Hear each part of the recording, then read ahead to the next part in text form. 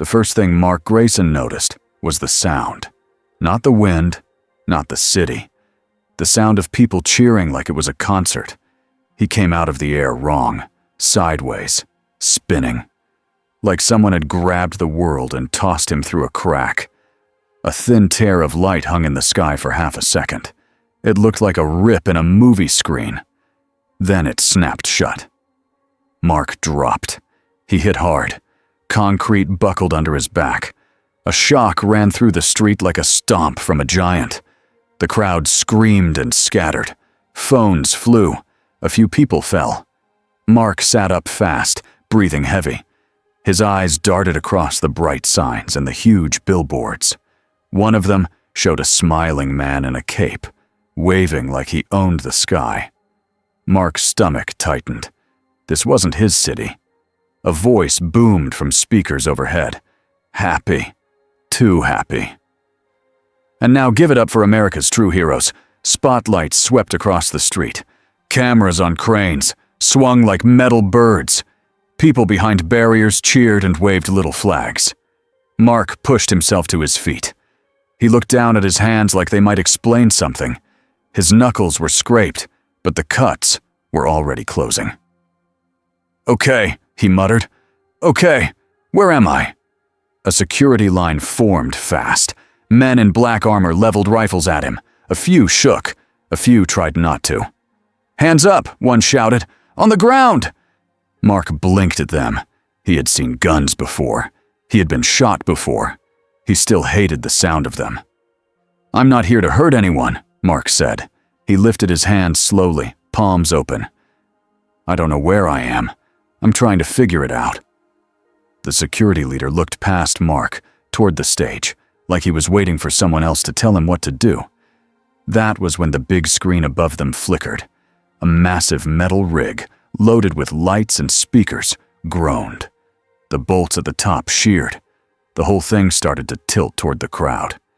People didn't notice right away. They were too busy cheering. Then someone screamed. The rig began to fall. Mark's head snapped up. No thinking. No planning. Just movement. He was gone from the crater before the security men could blink. He shot across the street and into the air, cutting under the falling rig. He caught the metal frame with both hands. It felt like grabbing a bus that had decided to become a meteor. The crowd below froze. Mark gritted his teeth, shoulders shaking as the weight tried to pull him down. He pushed up, redirected it, and swung it away from the people like he was turning a giant steering wheel. The rig slammed into an empty section of the street, flattening a parked news van instead of a row of families. Glass burst. Metal screamed. Mark flew down and landed next to the crushed van. He tore open the driver's door like it was cardboard. A cameraman crawled out, shaking and coughing. "You okay?" Mark asked. The man stared at him like he was looking at a ghost. Mark turned to the crowd. People stared back. Some cried. Some held up phones with trembling hands. A little kid pointed at him and yelled something Mark couldn't hear. This was the part that should have felt good. Saving people always did. But the whole thing felt wrong. It felt like a show. A shadow passed over the street. People cheered again, louder this time, like the next part of the event had arrived. Mark looked up. A man floated down from the sky with perfect posture. Cape hanging like it had been ironed. Hair set like it was part of the costume. A smile fixed on his face like it was glued there. Homelander. Mark didn't know his name yet, but he felt something as soon as he saw him. Not fear. Something colder. The man hovered a few feet above the ground. Cameras swung to him. People screamed his name like it was a prayer. Homelander's smile widened.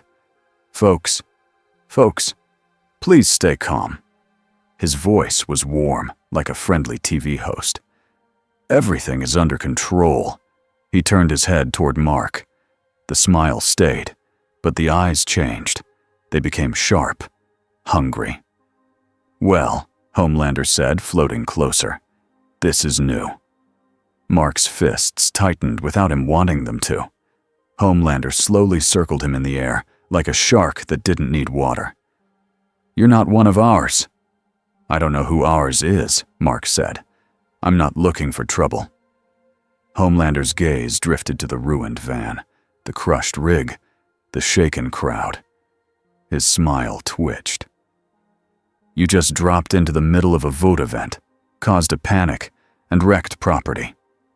"I stopped people from getting crushed," Mark said. His voice stayed calm, but his jaw set hard.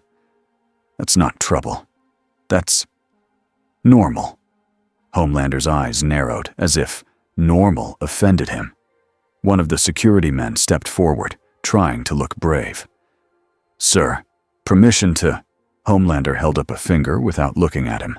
The man stopped like a machine that got switched off. Homelander drifted closer, so close Mark could see the tiny lines near his eyes. "You're going to come with me," he said, still smiling for the cameras. "We'll sort this out. Privately." Mark glanced at the crowd. People were filming him. Some were chanting Homelander's name. Some were pointing at Mark like he was a thing that had landed from space. Mark's chest felt tight. He remembered another crowd, another city, another sky. He remembered what it looked like when a hero stopped being a hero. "I'll talk," Mark said, "but I'm not anyone's prisoner." Homelander's smile did not move. "Oh, that's cute." For a heartbeat, Mark thought he saw heat behind Homelander's eyes, like a warning. Then, high above them, the air flickered.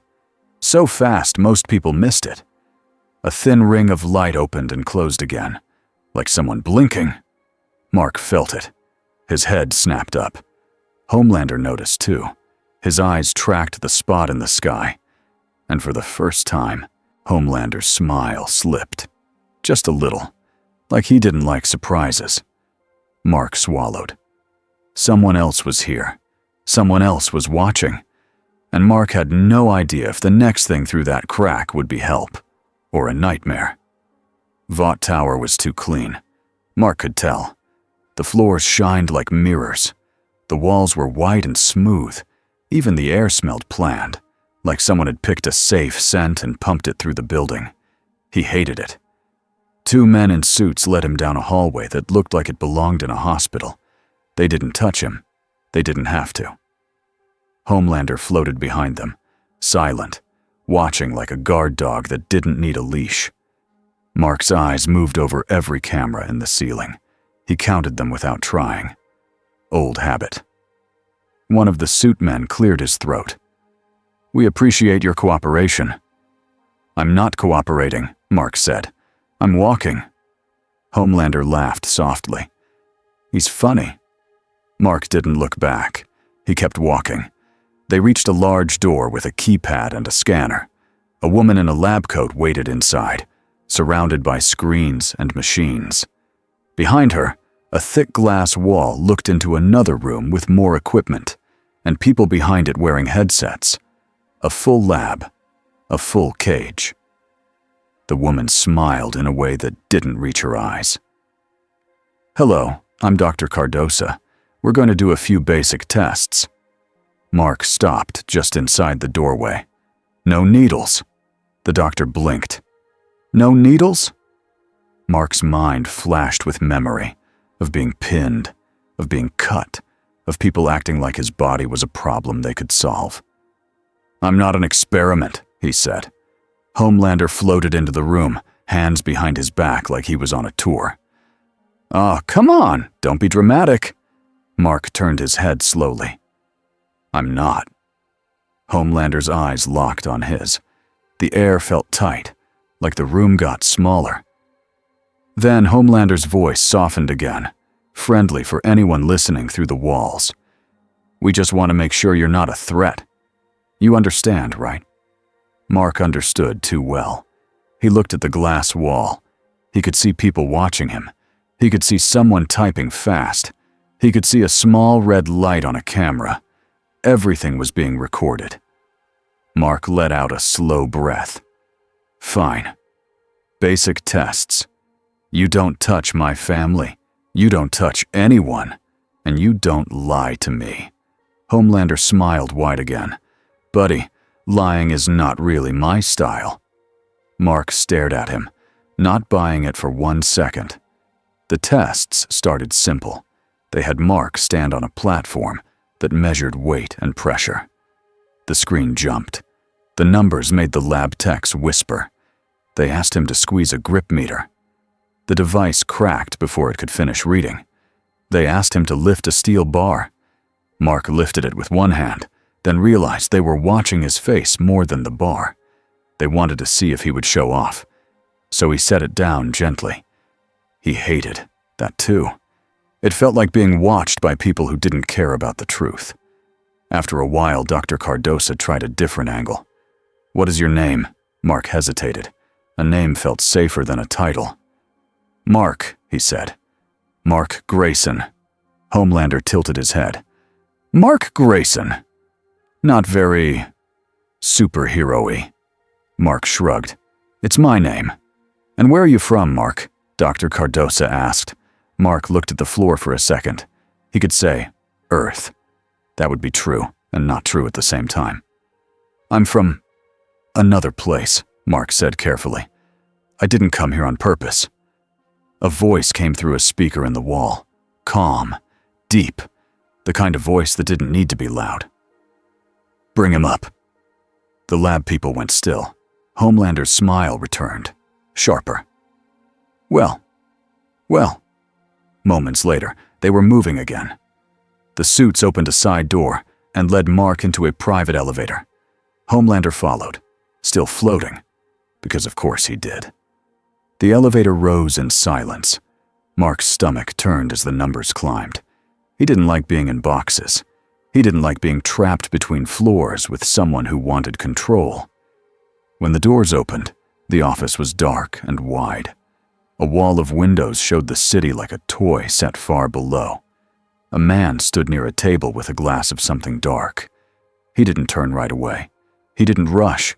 He didn't look impressed by Homelander's cape or Mark's strength. That alone told Mark something. The man faced them. His eyes were steady. His expression was flat, like emotion was a tool he only used when needed. "Mark Grayson," he said, like he had already read the file. "I'm Stan Edgar." Mark didn't move. "Okay." Stan Edgar nodded once, like that was enough. "You appeared in public at an event sponsored by my company. You displayed abilities not connected to Compound V. You also refused to follow commands given by my people." Mark's eyes narrowed. "You mean I refused to be treated like a criminal?" Stan's gaze did not change. "Words don't matter. Outcomes matter. You caused a major problem, but problems can become opportunities." Homelander leaned in slightly, smiling. "He's ours, right? Like, we can just sign him?" Mark felt his skin crawl. He looked at Homelander. "Stop saying that." Homelander's smile stayed, but his eyes flashed. Stan Edgar raised a hand, and Homelander went quiet. That was another thing that felt wrong. Stan looked back to Mark. "I'm going to be direct. You can work with us. We will give you resources, protection, and a controlled environment. In return, you will follow our rules." Mark stared at him. "I don't do contracts." Stan's eyes stayed calm. "Everyone does contracts. Some people just pretend they don't." Mark thought of his mom, of his school, of the way his life used to have normal parts, even with the fighting. He thought of his dad. Mark's hands curled into fists again. "I'm not here to be owned," Mark said. "I'm here to find out how to go home." Homelander laughed, too sharp. "Home? This place is way better. You'll love it. We have merch." Mark shot him a look that could have cut glass. Stan Edgar's tone stayed steady. "We can help you search for answers. We have scientists. We have technology. We have connections across governments." Mark didn't trust a single word, but he also didn't have a portal in his pocket. He didn't have a map, and he didn't know this world. He took a breath. "I'll accept help with one thing: information.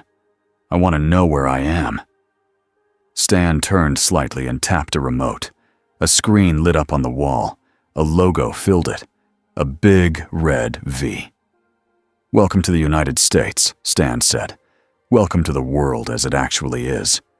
The screen changed to footage of heroes smiling, saving people, waving, posing, signing autographs. Mark's face tightened. "You're in a world where superheroes are managed," Stan continued, "where power is regulated through business and politics, where heroism is a product that must be controlled." Mark's stomach sank. He glanced out the window at the city. Cars moved like ants. People lived down there. People worked. People laughed. People went home. And all of it sat under the shadow of this tower. Mark swallowed. "So you're not heroes?" Homelander's head snapped. "Excuse me." Mark didn't even look at him. He looked at Stan. "You're a company." Stan Edgar didn't deny it. "We keep the world stable." Mark's voice went quiet. "At what cost?" For the first time, Stan's expression shifted. Not anger, not fear. Just a small sign of interest, like Mark had finally said something worth hearing. "That," Stan said, "depends on who you ask." A knock came at the door. A young woman stepped in, blonde hair pulled back, eyes sharp but tired. She wore a simple outfit, not a cape, not a costume made to shine. Mark noticed that right away. "Annie," Homelander said, the word sweet like syrup. Perfect timing. Annie ignored him and looked at Mark. Her eyes held something honest. "Hi," she said. "I'm Starlight." Mark hesitated, then nodded. "Mark?" Annie's gaze flicked to the bruises on his face, the dust still on his clothes. "You really saved those people." Mark blinked. "Yeah. Why is that surprising?" Annie's jaw tightened for a second, like she wanted to say a lot and couldn't. "It shouldn't be." Homelander smiled. "Oh, she's making friends." Annie looked at Homelander, and Mark saw the anger in her eyes. It was controlled, but it was there. Stan Edgar spoke again, as if the emotional stuff didn't exist. "Annie will show you the guest quarters. You will remain here for now." Mark looked at Stan. "I'm not locked in." Stan gave a small shrug. "Then don't give anyone a reason to lock you in." Mark turned to Annie. "Guest quarters?" Annie nodded. "Just come on. I'll show you." Mark followed, keeping his distance from Homelander. In the hallway, Annie kept her voice low. "Listen, don't trust them." Mark glanced at her. "I already don't." Annie let out a breath that sounded like relief. "Good, because if you're what you look like, they're going to try to use you." Mark stared ahead. "I know the type." They reached a clean apartment-like room high up in the tower. It had a couch, a bed, a kitchen that looked unused, and a big window that faced the city. Mark walked in and felt the trap right away. Not bars, not chains. Comfort. A softer cage. Annie watched him look around. "They'll tell the public you're a guest. They'll tell you it's for safety." "And if I leave?" Mark asked. Annie's mouth tightened. "Then they'll say you're dangerous." Mark exhaled slowly. He stepped to a small table and saw a stack of printed papers. "Welcome package. Brand guidelines. Media training schedule." Mark picked up the schedule. He stared at it like it was a joke. 7 wardrobe fitting. 9 interview rehearsal. 11 photo shoot. New hero. Mark's face twisted. "I'm not doing this." Annie gave a small, almost sad smile. "Yeah, I figured." Mark dropped the papers on the table like they were dirty. Then, because his brain needed something real, he pulled out a small battered notebook from his pocket. It was bent at the corner. The cover was plain. Annie noticed. "What's that?" Mark hesitated. "A routine thing." He opened it. Pages were filled with simple lists, training notes, times, names, Reminders like, call mom, homework, patrol after school. He stared at the page, then realized something. The dates meant nothing here. Mark shut the notebook and swallowed hard. Annie softened. You miss home? Mark looked away. Yeah. Annie leaned against the wall. I used to think being a hero meant something simple. You save people. You do the right thing. Then I got here. Mark nodded once. So why stay? Annie's eyes flicked toward the door, like it might have ears. Because leaving doesn't fix it. And because people still need help. Mark looked at her, and for a second, the room felt less fake. Okay, Mark said. Then we help where we can. Annie nodded. Careful. If you push too hard, they'll push back harder. Mark's jaw set. I can take it. Annie looked at him like she wasn't sure. It's not always about strength. Before Mark could answer, the TV in the room turned on by itself. A news anchor appeared, smiling brightly. Breaking news. Vought International welcomes a mysterious new hero to the Sevens world. Mark's eyes narrowed. Annie's face tightened. On screen, footage played of Mark catching the falling rig. Then it cut to Homelander smiling beside him, making it look like Homelander had been in control the whole time. Mark felt heat rise in his chest. They're already rewriting it, he said. Annie nodded. That's what they do. Far below, on a different street, in a dark van with cheap coffee and cracked seats, Billy Butcher watched the same footage on a laptop. Butcher leaned forward, eyes cold and focused. The glow from the screen lit the scar lines on his face. On the video, Mark moved like a blur. He caught steel like it weighed nothing. He pulled people out of danger with steady hands. No posing, no smiling for the cameras. Butcher paused the video on Mark's face. Who the hell are you? Butcher muttered. Huey, sitting beside him, swallowed. He looked like he actually cared. Mother's milk didn't look impressed. Caring gets you killed in that tower. Frenchie tapped at a phone, trying to zoom in on the portal flicker caught on someone's shaky footage. This part. See? The sky. It opens. It closes. Kimiko watched without speaking. Her eyes stayed on Mark's hands, the way he moved to shield people, not himself. Butcher clicked his tongue. He's not one of theirs. That much is clear. crossed his arms. And that makes him what? A new weapon? Huey frowned. Or a real hero. Butcher's mouth twisted. There's no such thing. Huey didn't back down this time. We're trying to make there be one. Butcher stared at the screen again. Homelander's smile hovered beside Mark like a threat. Then Butcher pointed at the footage. That cape-wearing psycho? He's looking at the kid like he wants to tear him apart. MM's eyes narrowed. Because the kid didn't bow. Butcher leaned back, jaw tight. We need to talk to him. Before Vought turns him into another poster boy. Or before Homelander decides to pop his head like a grape. Huey swallowed. How do we even? Butcher snapped the laptop shut. We find a way. Miles away, in a place with no address, Stan Edgar stood in a quiet room with no windows. A tech played the portal flicker on loop. Frame by frame. Slow motion. A tiny ring of light. Open. Close. Stan's face stayed calm. Dr. Cardosa spoke softly. It looked like some kind of spatial event, not like anything we've seen with Compound 5.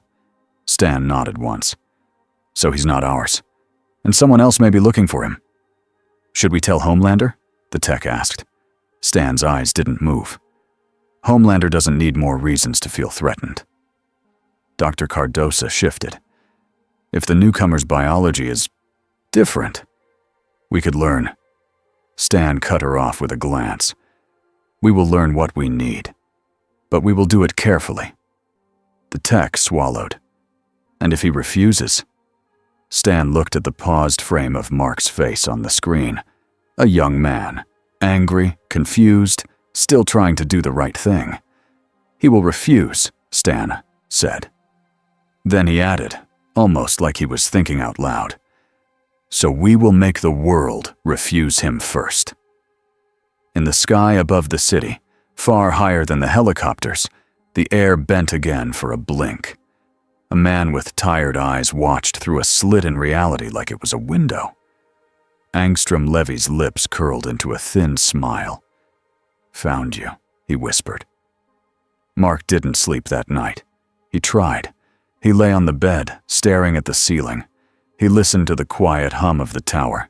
He felt the cameras even when he couldn't see them. He got up twice to check the window. The city lights looked normal. That was the worst part. It looked like any other city. But he could feel the rot behind it. At some point, Annie texted him a short message. "Be careful. He's watching you." Mark stared at the words. He didn't need her to tell him which he. Mark sat at the table and opened his notebook again. He flipped to a clean page and wrote 3 simple lines. 1. Find out what brought me here. 2. Find out who is watching from the sky. 3. Don't become like them. He paused, then added a 4th. 4. Don't let them hurt people because of me. He stared at the list for a long time. Then the lights flickered. Just once. A tiny blink. Mark's head lifted. His whole body went still. The air felt strange, like the room had changed pressure. He moved to the window in one step and looked out. Nothing. Then, far away, a flash lit the sky for half a second, like lightning with no storm. Mark's heart kicked. He heard it next. A deep sound, like the world tearing. And then every screen in the room went black at once. Mark didn't even think. He shot through the window so fast the glass didn't have time to fall until he was already gone. Cold night air hit his face. He flew toward the flash. Down below, streets filled with people. Cars stopped. People pointed up. Sirens started to wail. Mark heard Annie's voice in his head from earlier. It's not always about strength. Mark clenched his jaw and pushed faster anyway. Because right now, people were in danger. And that part was always simple. The portal opened above a busy intersection like someone had sliced a hole in the sky. It wasn't a neat circle. It was jagged, like broken glass made of light. The edges sparked and crawled, throwing pale shadows over the buildings. People screamed and ran. Some didn't move at all. They just stood there, filming, like they thought it was another Vought stunt. Mark arrived first. He hovered in the air, eyes locked on the tear. His chest rose and fell as he tried to read it. He had seen portals before. He had chased people through them. He had been thrown through them. This one felt wrong. It felt forced. Something dropped through. Not a person. A metal shape, spinning. It slammed into the street and exploded into a spray of parts and smoke. Mark flinched. He dove down, hands up, taking the worst of the blast away from the nearest crowd. Shrapnel hit him like rain. It stung, then stopped mattering. More shapes fell through. Not random debris. Drones.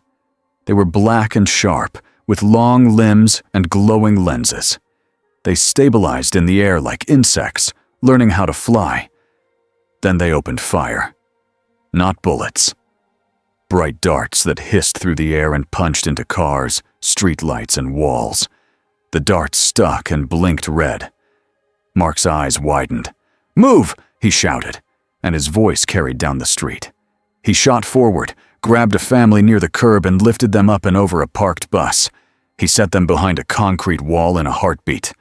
A drone turned and fired a burst at him. Mark raised an arm. The darts hit his forearm and snapped. Useless. The drone paused like it didn't understand. Mark grabbed it by the body, squeezed, and crushed it. Metal folded. Lights died. He tossed it aside and looked up. The portal spat out something bigger. A dropship. It looked like a thick armored capsule with thrusters and gun ports. It slammed into the street, bounced and rolled, crushing a row of parked cars like they were toy blocks. The side hatch blew open. Men poured out. They wore dark armor with unfamiliar symbols. Their helmets had thin, glowing lines. Their rifles looked too clean, too new, too wrong for this city. They moved fast, organized. No shouting, no panic. One raised a device that looked like a scanner and swept it across the street, right over Mark. The device chirped. The man's head snapped toward Mark. Even through the helmet, Mark could feel the focus. They weren't here for Vought. They were here for him. Mark shot forward like a missile. He didn't go for the men first. He went for the blinking darts stuck in cars and walls. He ripped them out and hurled them high into the sky before they could explode. A dart went off above the rooftops. A small burst. Controlled. Mark's stomach sank. These were not random attackers. These were people who planned for collateral damage. A rifle swung toward a group of civilians, frozen in the middle of the street. The soldier's finger tightened. Mark moved. He appeared between them and the gun like a wall. The shot hit Mark's chest and shattered. Mark grabbed the rifle, twisted, and tore it out of the soldier's hands. He bent the barrel into a knot and tossed it away. The soldier stumbled back, reaching for a knife. Mark caught the knife with 2 fingers. He looked at the soldier. "Stop!" The soldier didn't stop. He lunged. Mark sighed, grabbed the man by the armor, and slammed him into the pavement hard enough to crack it. Not to kill, to end it. He turned and felt a pressure behind him. Air moved, a sound like a cape snapping. Mark spun.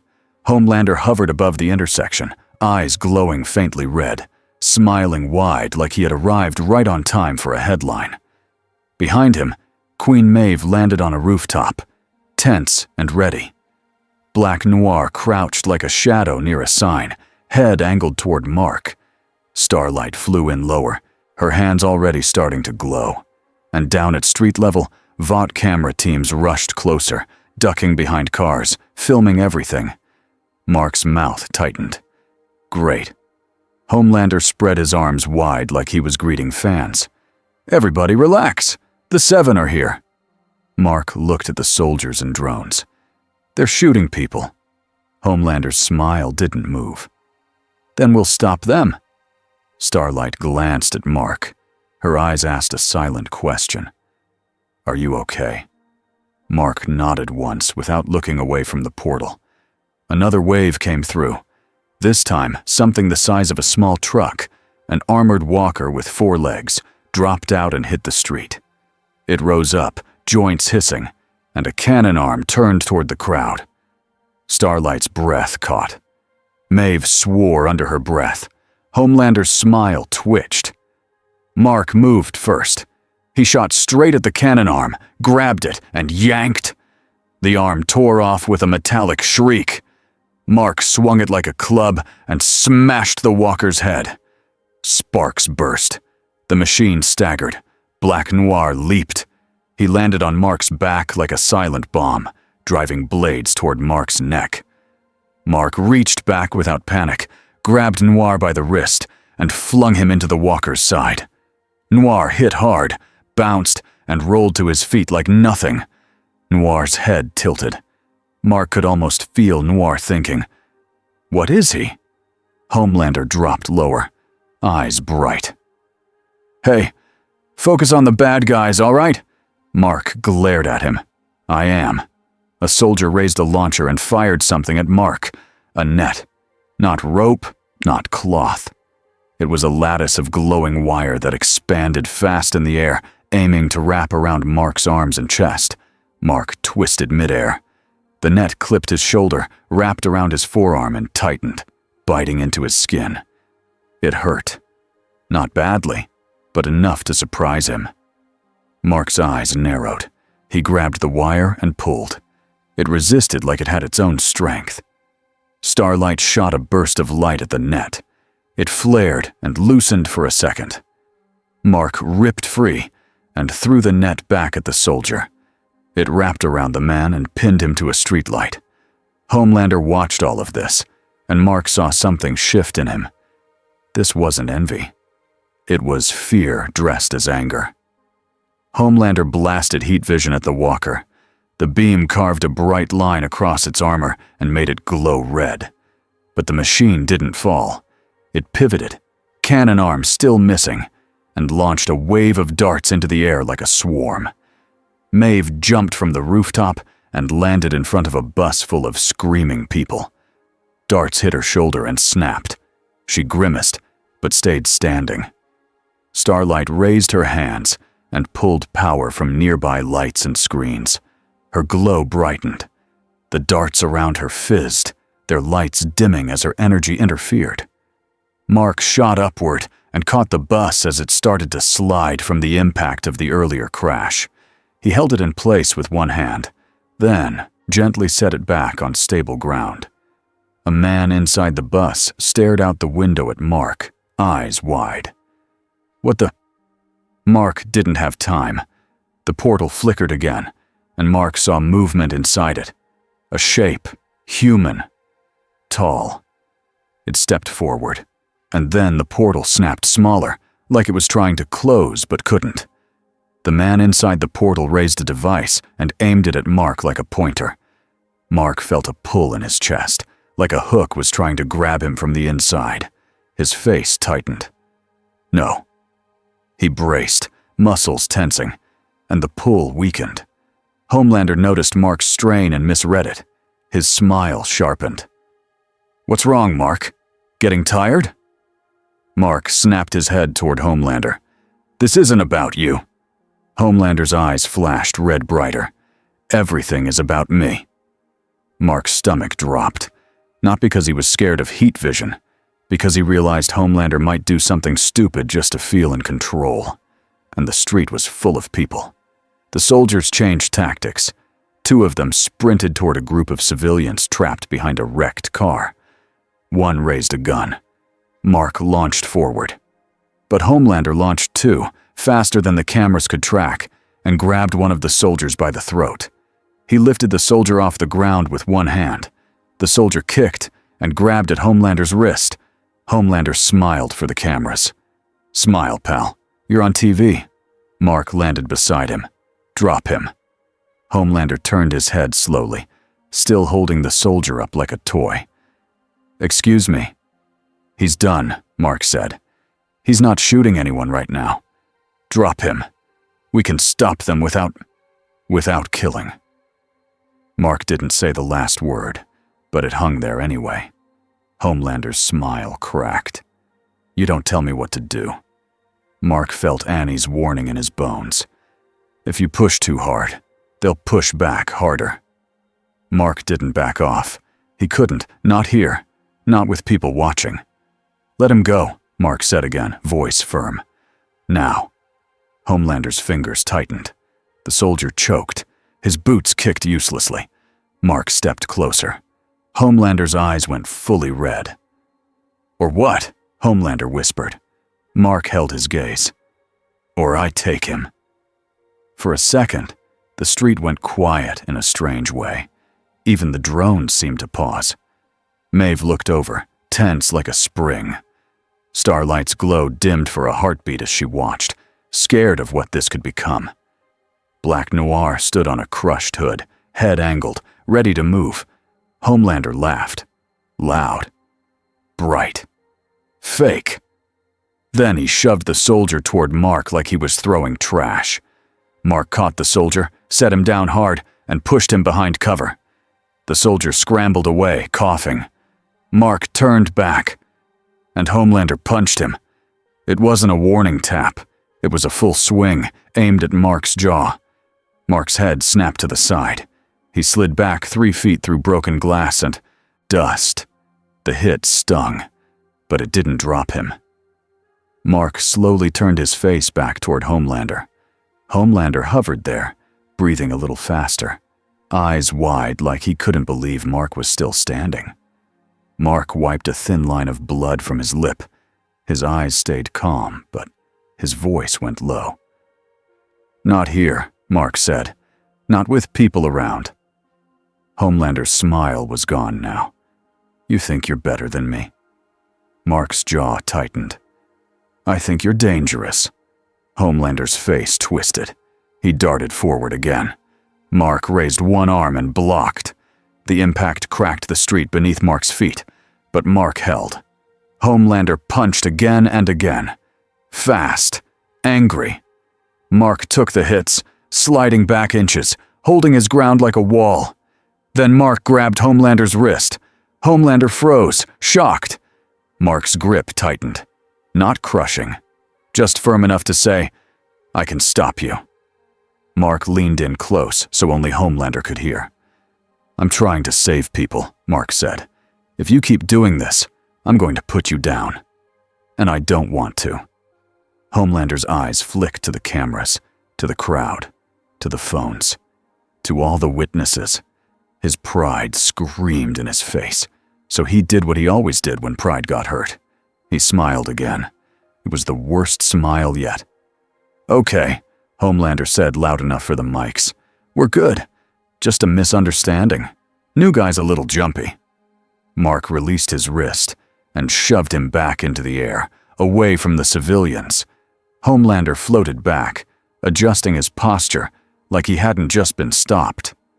Mark turned back to the portal, because it was still open, and more enemies were coming. A sharp whistle cut through the air. Black Noir moved again, not at Mark, but toward Starlight, aiming for the softer target, while Mark's attention was split. Mark saw it out of the corner of his eye. He shot sideways and intercepted Noir mid-leap, slamming into him like a linebacker hit. Both of them crashed through a billboard support and landed in a spray of metal. Noir rolled, came up with blades out, and struck at Mark's ribs and throat with clean, trained speed. Mark blocked with forearms and palms, catching the strikes, redirecting them, refusing to break Noir's arms even though he could. "Stop," Mark said through clenched teeth. "I'm not your enemy." Noir didn't answer. Noir never answered. He attacked again. Mark grabbed Noir around the waist and launched upward, dragging him away from the crowd. In the air, Noir twisted and tried to stab Mark's face. Mark turned his head. The blade scraped his cheek and snapped. Mark's eyes widened a little. Not fear. Surprise. Noir dropped his gaze to the broken blade like it offended him. Mark used the moment and tossed Noir onto the roof of a nearby building. Noir landed in a crouch, silent as ever, staring like a predator that had found something it couldn't bite through. Starlight called out, "Mark!" Mark looked back. The portal pulsed. The soldier inside it raised that device again. This time, the pull in Mark's chest was stronger. Mark's body jerked forward in the air like a magnet had turned on. He grunted and fought it. Homelander noticed and moved closer, eyes bright with mean curiosity. "What's happening?" Mark didn't answer. He couldn't. His teeth clenched as he resisted the pull. Below, civilians screamed as the walker, damaged but still moving, charged forward on its remaining legs, trying to crush its way through traffic. Maeve ran at it, grabbed a leg and tried to stop it. The machine shoved her back, sliding her across the asphalt. Starlight fired another blast of light at its joints. Sparks flew. It slowed, but didn't stop. Mark's brain raced. Too many threats, too many people. And Homelander was one wrong second away from turning this into a massacre just to feel big. Mark made a choice. He stopped fighting the pull for one instant. He used it. He leaned into the force like a swimmer using a current. He shot straight at the portal and the man holding the device. The soldiers outside the portal swung their rifles up. Mark was already there. He grabbed the device in the portal man's hand and crushed it. The pull vanished at once. The portal man stumbled back, shocked. His eyes were visible through his helmet now, wide with panic. Mark didn't let him recover. He grabbed the man by the armor and hurled him out of the portal and onto the street, away from civilians. The man hit hard and skidded, alive but stunned. The portal flickered, unstable. The edges sparked wildly. Mark hovered in front of it, breathing hard. He had a bad feeling. He had seen unstable portals before. They didn't just close. Sometimes they exploded. "Everyone back!" Mark shouted, voice carrying across the intersection. "Get away from the portal!" Maeve dragged herself up and started pushing people back. Starlight waved civilians away, light flaring like a signal. Homelander just hovered, annoyed. "It's fine." Mark glared at him. "It's not fine." The portal's jagged edge tightened. It shrank. Then it surged again, like it didn't know what size it wanted to be. Mark shot down to the armored walker, grabbed it by the top, and lifted. It fought him with its engines, thrusters whining. Mark flew straight up with it anyway, dragging it into the sky above the buildings. He aimed for empty air. He didn't want it to fall on anyone. He got it high enough that the city below looked small. Then he squeezed. Metal screamed. The walker's core cracked, and the machine went dead in his hands. Mark threw it upward, away from the city, and it kept rising like a broken satellite. He dove back down. The portal was collapsing faster now. The remaining drones fired blindly. Mark zipped through them and crushed them midair, one after another, as quick as swatting flies. Then the portal snapped inward. For a second, it became a bright, tight point. Mark's eyes widened. Down. He dropped like a rock and slammed into the street, hands out, making himself a shield between the portal and the nearest people. A burst of light exploded outward. Not huge, not city-killing, but enough to blow out windows, flip a few cars, and throw dust into the air like a storm. Mark held. The shock hit him like a wall. He grunted but stayed in place. When the dust cleared, the portal was gone. Only the crackling sound of broken power lines remained. Mark stood up slowly. He looked around at the wreckage, the shocked faces, the crying people. Starlight hovered nearby, breathing hard, eyes wide at what she had just seen Mark do. Maeve stared too, like she didn't want to admit she was impressed. Black Noir watched from a rooftop, still and silent. And Homelander? Homelander stared at Mark with a look that wasn't acting anymore. It wasn't for the cameras. It was pure, ugly realization. Mark was not like the others here. Mark was something else. A threat Homelander couldn't bully into place. Homelander's smile came back slowly, like someone putting a mask on with shaking hands. He floated down and clapped once, loud. "Well," Homelander said, voice bright again. "Looks like we've got ourselves a new heavy hitter." Mark didn't smile. He looked at the stunned soldier Mark had thrown out of the portal. The man was trying to crawl away, reaching for something on his belt. Mark walked over and stepped on the belt gently, pinning it to the ground without breaking anything. "Who sent you?" Mark asked. The soldier's helmet clicked, and a voice came through, distorted and low, like a message being forced through a bad signal. "Anomaly confirmed," the voice said. "Asset located."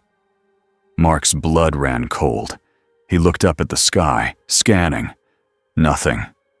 But he could still feel that same sensation from earlier, like someone was watching from just outside the world.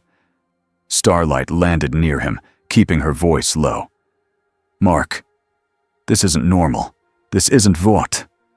Mark nodded, eyes still on the sky. "I know." Homelander stepped closer, his shadow falling over the soldier. His voice dropped, sweet and dangerous. "Hand him over," Homelander said. "This is Vought business." Mark turned to face him. "No," Mark said. Homelander's eyes flicked, irritated. "Excuse me." Mark's voice stayed even. "He tried to kill civilians. I'm not letting you turn this into a show. I'm getting answers." Homelander took a step closer. The air around him felt hot, like a room before a fight. "And what if I say no?" Homelander asked. Mark didn't move. "Then you'll have to try and take him." For a second, nobody spoke. The street was full of broken glass and smoke and stunned people. The cameras kept rolling. Homelander's jaw flexed. His smile twitched like it hurt. Then, very slowly, he leaned back and lifted his hands as if he was being generous. "Sure," Homelander said, voice loud again for the crowd. "Let the new guy play detective. Isn't that adorable?" He leaned in close, eyes locked on Mark's, voice barely above a whisper. "This city is mine," Homelander hissed. "Don't forget that." Mark stared back, calm and tired at the same time. "I don't care whose city you think it is," Mark whispered back. "People live here." Homelander's eyes flashed red for a heartbeat. Then he turned away like it didn't matter. But Mark could feel it. This wasn't over. Not even close. As sirens wailed and the crowd shouted and the news helicopters circled, Mark looked at the soldier again. The man's helmet screen blinked. One last message came through, weaker now. "Levy. We'll adjust," it said. Mark's stomach dropped. A name. Not a Vought name. Something else. Mark tightened his grip on the soldier's armor and lifted him off the ground. He didn't know how long he had until the next portal opened. He didn't know what Levy meant. But he knew one thing for sure. This world had just met real power, and it was already trying to bite back. The next morning, the city looked normal again from far away. Cars moved, trains ran, people walked with coffee and headphones, and giant screens on buildings played the same smiling faces like nothing had happened. Up close, it was different. A whole block had broken windows. Streetlights leaned at odd angles. Paint on the road was scorched. A few cars were still flipped over and waiting for tow trucks. And on every phone, the same video played on a loop. Mark saw it on a screen in a shop window as he hovered across the street, half hidden behind a tall building. The video showed the portal, the drones, the chaos. Then it cut to Homelander landing in perfect light, cape clean, face calm. A big caption popped up. The 7-stop mystery attack. New hero assists. Mark's jaw tightened. They had edited it already. They had cut out the parts where Homelander punched him. They had cut out the part where Mark stopped Homelander from killing the soldier. They had cut out the moment Mark screamed for people to move back. The footage made it look like Mark had arrived, panicked, and then Homelander had handled him. Mark felt heat in his chest again. He kept flying anyway. He had taken the portal soldier away last night, not to torture him, not to hurt him, just to get answers before Vought swallowed the whole thing. He had found an empty construction floor in a half-finished building and tied the soldier down with thick steel cable he'd ripped from the site. The soldier's armor was dented. His helmet had cracks. He still tried to stare Mark down like Mark was the one trapped. Mark stood a few steps back, arms crossed. "Talk," Mark said. The soldier's voice came out through the helmet speaker, low and rough. "I don't have anything for you." "You had a portal," Mark said. "You had. Tech I've never seen. You scanned me like you already knew what you were looking for. Who's Levy?" The soldier went still at that name. It was tiny, almost nothing. But Mark saw it. So did the soldier. He realized he'd reacted. Mark leaned forward. "Levy. Say it." The soldier's breathing sounded loud in the helmet. "You don't understand what you stepped into." Mark's voice stayed steady. "Try me." The soldier's head tilted, like he was considering a lie that would work. "This world is soft, easy to control. Your presence changes that. You're a problem." Mark's eyes narrowed. "So you came to fix the problem?" The soldier's answer was a bitter laugh through static. "No, we came to use it." Mark stared at him. "Use what?" The soldier didn't answer. Mark stepped closer and pressed 2 fingers against the soldier's chest plate. The armor creaked, not because Mark was trying to crush him, but because Mark could. "You're not invincible," Mark said quietly. "So don't pretend you are." The soldier swallowed. Mark saw the movement at the throat under the helmet seal. I can't give you what you want, the soldier said. Even if I wanted to. Why not? Mark asked. The soldier's helmet light blinked. Mark's stomach dropped. Because, the soldier said, voice suddenly flat. We planned for capture. A sharp beep started inside the soldier's chest armor. Fast, repeating. Mark's eyes widened. No! No! No! He grabbed the soldier by the armor and launched out through the open side of the building in a blur. Wind screamed past. Mark shot straight up over the city, higher and higher, until the buildings looked small and the streets looked like lines. The beeping sped up. Mark held the soldier out in front of him, away from his own body, and braced. A burst of light flashed. Not a huge explosion. More like a hard pulse of heat and pressure that tore the soldier's armor open and turned the inside into smoke and sparks. Mark flinched as pieces flew past him. When it ended, the soldier's body went limp. Mark hovered in the cold air, breathing hard, staring at what was left. He had tried to save him. He had tried not to let anyone die. And they had still died. Mark's hands shook. He flew back down slowly, like the air had gotten heavier. By the time he reached a rooftop, the news had already changed again. Terror attack foiled. Vought investigating. Outside threat. Mark stared at the words and felt sick. They weren't investigating anything. They were using it. He pulled out his notebook and flipped it open with stiff fingers. The list from last night stared back at him. Find out what brought me here. Find out who is watching from the sky. Don't become like them. Don't let them hurt people because of me. Mark added a fifth line, slowly. 5. Don't let them control the story. He snapped the notebook shut. Behind him, a soft landing. Mark turned, fast. Starlight stood on the rooftop, her face pale, hair pulled back, eyes tired like she hadn't slept either. Mark, she said quietly. Mark's throat felt tight. They killed their own guy. Annie nodded once. Vought hates loose ends. Mark looked away, jaw clenched. I tried to save him. I know, Annie said. She took a step closer, careful like she didn't want to startle him. That's why you're different. Mark let out a short breath. Different doesn't matter if I can't fix anything. Annie's eyes hardened. It matters. It scares them. Mark glanced at her. Homelander. Annie didn't look away. Yeah. Mark remembered the look on Homelander's face when Mark didn't fall. That moment of honest fear. He's going to come at me again, Mark said. He won't do it like last night, Annie replied. Not in public. He'll do it the way Vought does everything. With lies, with pressure, with people. Mark's stomach tightened. So what do I do? Annie hesitated. Then she said it. There are other people fighting Vought, she said. Not heroes, not like you.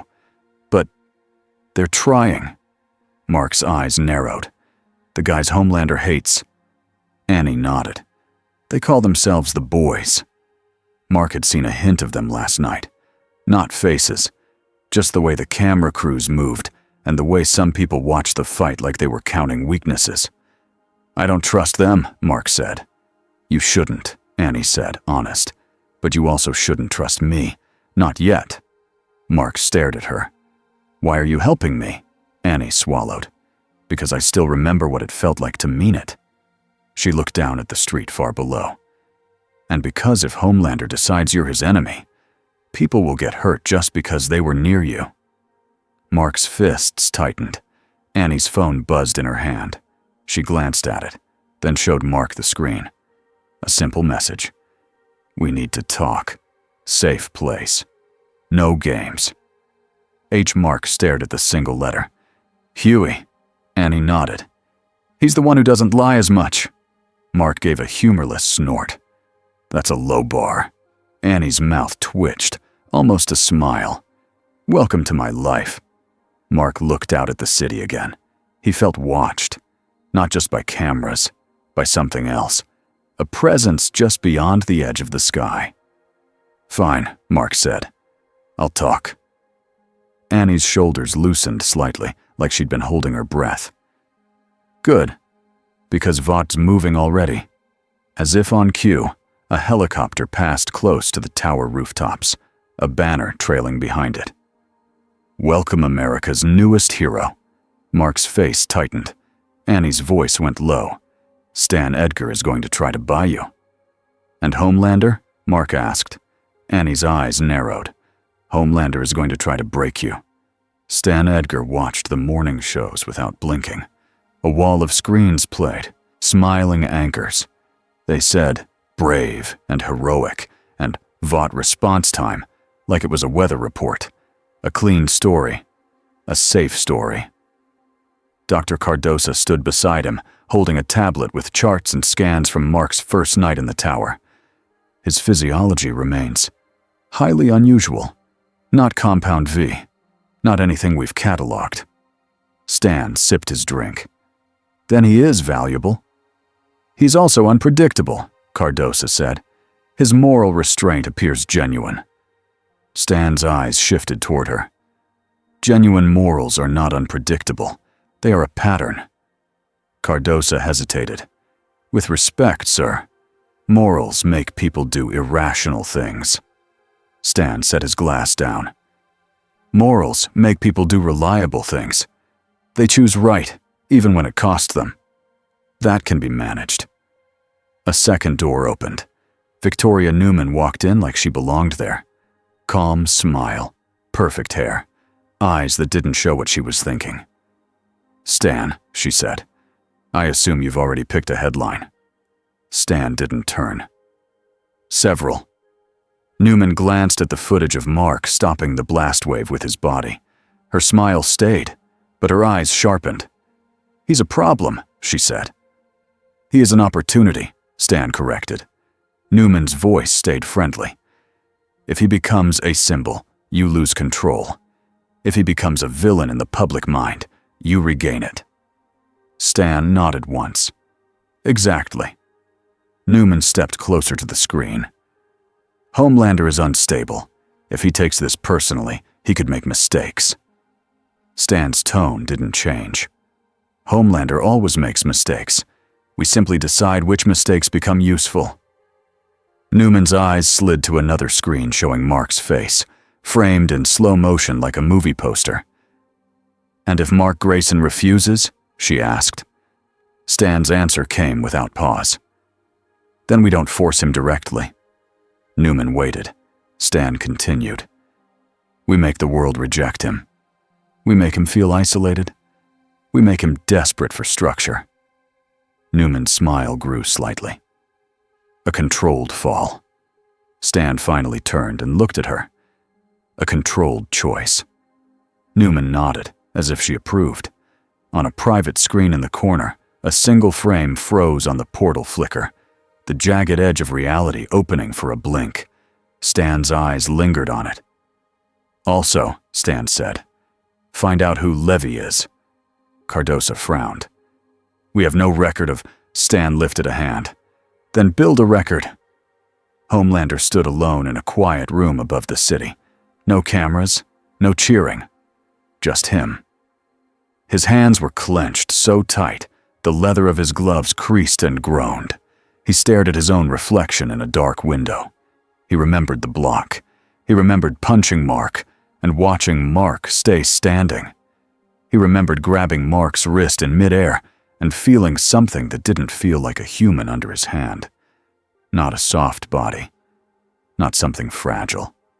Something built for war. Homelander's jaw flexed. Who are you? He whispered to himself, like the words tasted bad. A soft knock at the door. He didn't answer. Ashley slipped in anyway, because Ashley had learned to walk into danger with a smile. Homelander, she said. Too bright. We're trending. Again. Homelander didn't look at her. Am I trending, or is he trending? Ashley froze for half a second. Well, the public loves a mystery. Homelander turned his head slowly. Ashley flinched. You're going to make sure, Homelander said softly, that every story ends with me on top. Ashley's voice shook. Of course. Homelander's eyes narrowed. And you're going to find out what hurts him. Ashley swallowed hard. Hurts him? Physically? Homelander's smile came back. Small? Mean. No. He walked past her, and Ashley pressed herself against the wall like she wanted to disappear. What hurts someone like that, Homelander said, is taking away what they think they are. He reached the door and paused. And Ashley? He added without looking back. Yes? She squeaked. Homelander's voice became flat. If you fail, I will remind you what failure costs. Ashley nodded so fast it looked painful. Homelander left the room, and the moment the door closed, Ashley's knees almost gave out. The safe place Huey promised was not safe-looking. It was a small, empty office above a closed-down pawnshop. The carpet smelled old. The blinds were bent. The lights flickered like they were tired. Huey stood by a table with a cheap plastic chair on each side.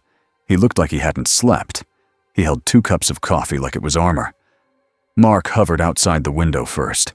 He listened for movement, for traps. Annie had told him where to go, then stayed away so she wouldn't lead Vought to them. Mark slipped in through the window and landed quietly. Huey jumped anyway. Oh, Jesus, Huey breathed. Okay, wow, that's still weird. Mark blinked. Sorry. No, Huey said fast. It's good. It's just, normal people don't do that. Mark glanced around. Where are the others? Huey hesitated. They're nearby. The door opened behind Mark. Billy Butcher walked in like a storm wearing a person's face. Followed, eyes cautious. Frenchie slipped in last, scanning corners. Kimiko came silently, her gaze locked on Mark like she was reading his bones. Butcher didn't waste time. He stepped up close to Mark, chin raised, eyes sharp. So, Butcher said, voice low, you're the new flying problem. Mark held his ground. I'm not here to fight you. Butcher snorted. That's what they all say before they start accidentally leveling buildings. Huey stepped between them a little. Butcher, come on. Butcher ignored Huey and stared at Mark. You got a name, mate? Or should we call you Vought's new pet? Mark's eyes narrowed. My name is Mark. Butcher smiled like it wasn't funny. Mark. Spoke calmly. We're not here to insult you. We're here to understand you. Mark looked at then back to Butcher. You don't seem like you want to understand me. Butcher's eyes flashed. I understand you just fine. You're powerful. That means sooner or later, you'll choose a side. And if you choose wrong, people die. Mark's voice hardened. People die here either way. Frenchie tilted his head. He is not wrong. Butcher slammed a hand on the table. Oi! Don't start. Mark's gaze stayed steady. I saw your world last night. The cameras.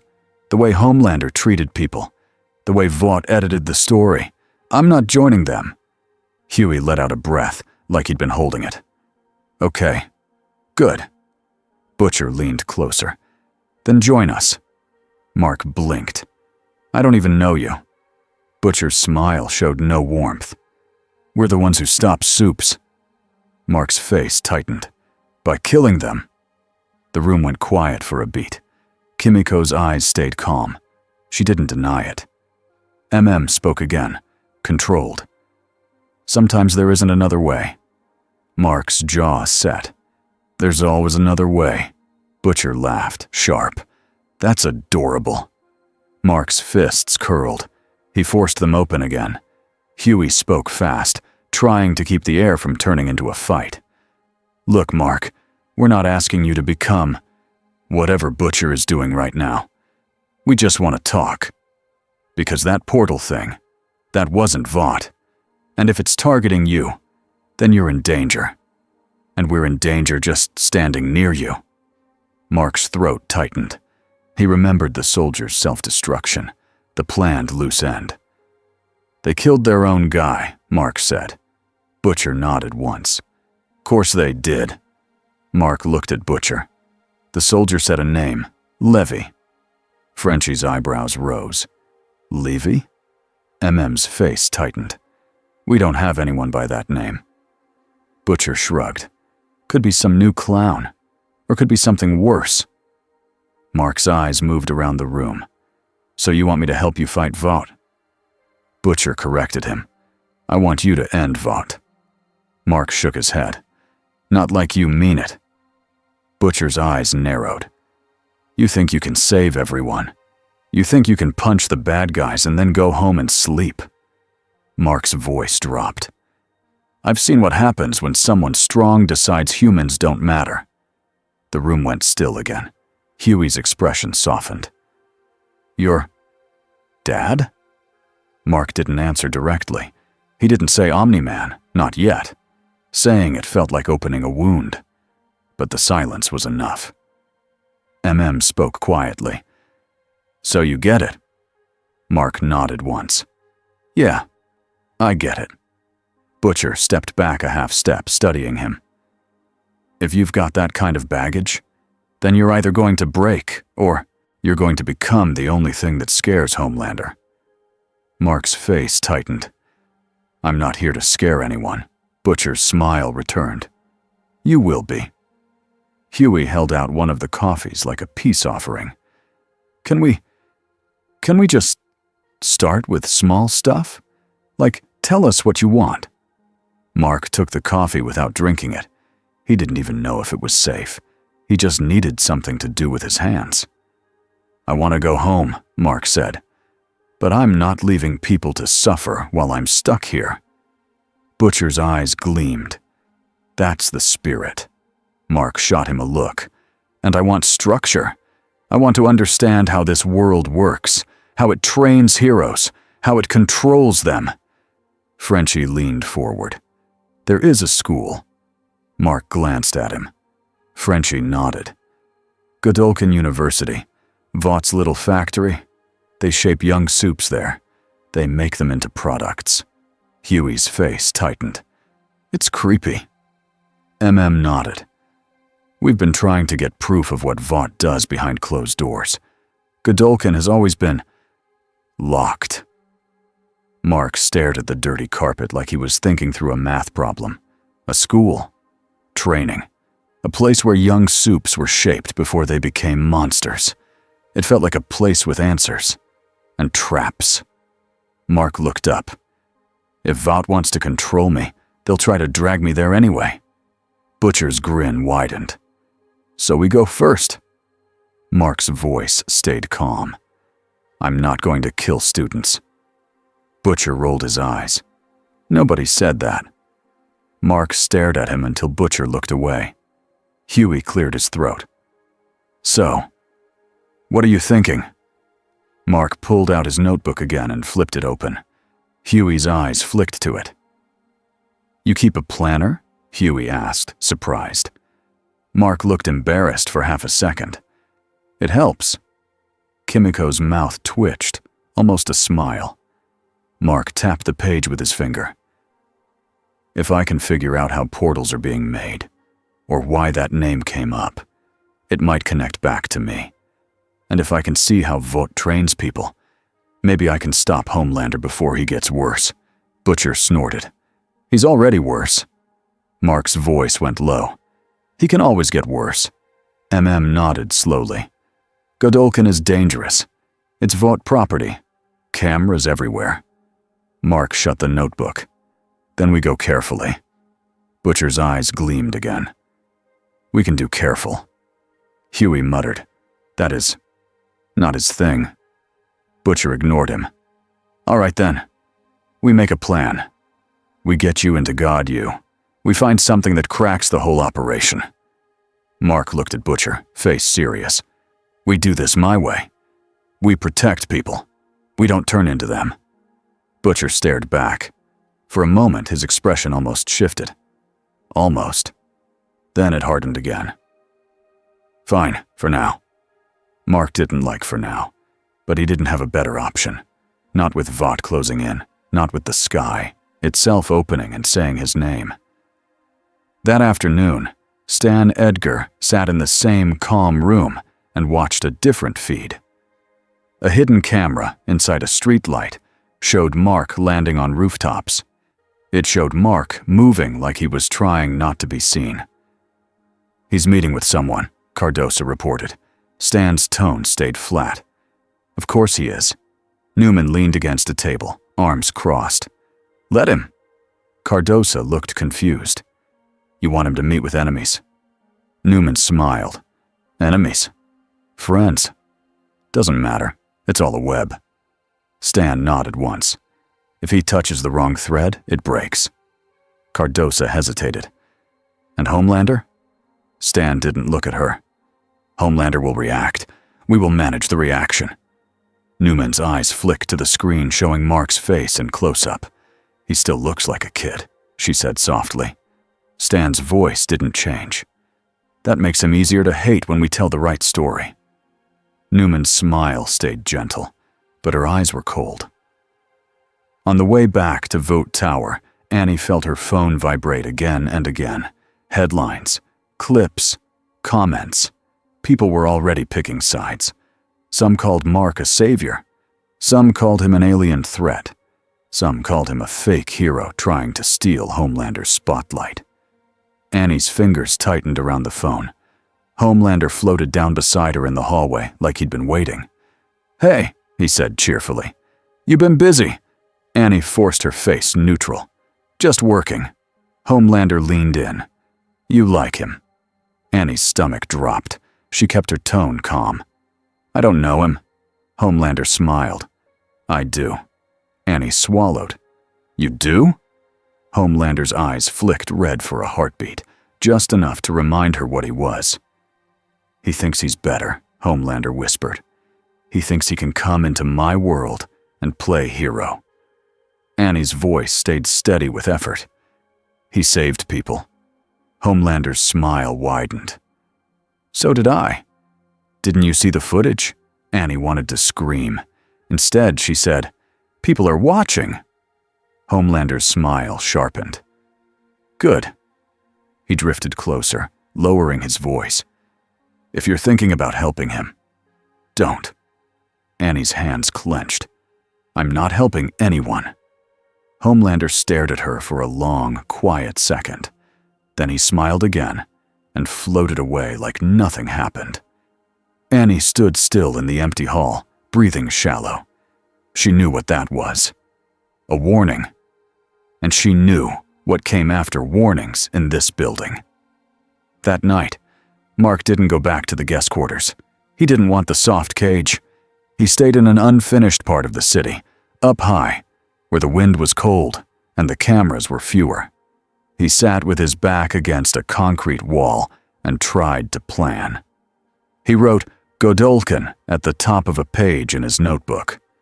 Under it, he wrote, "What do they teach? Who do they break? Where do the portals connect?"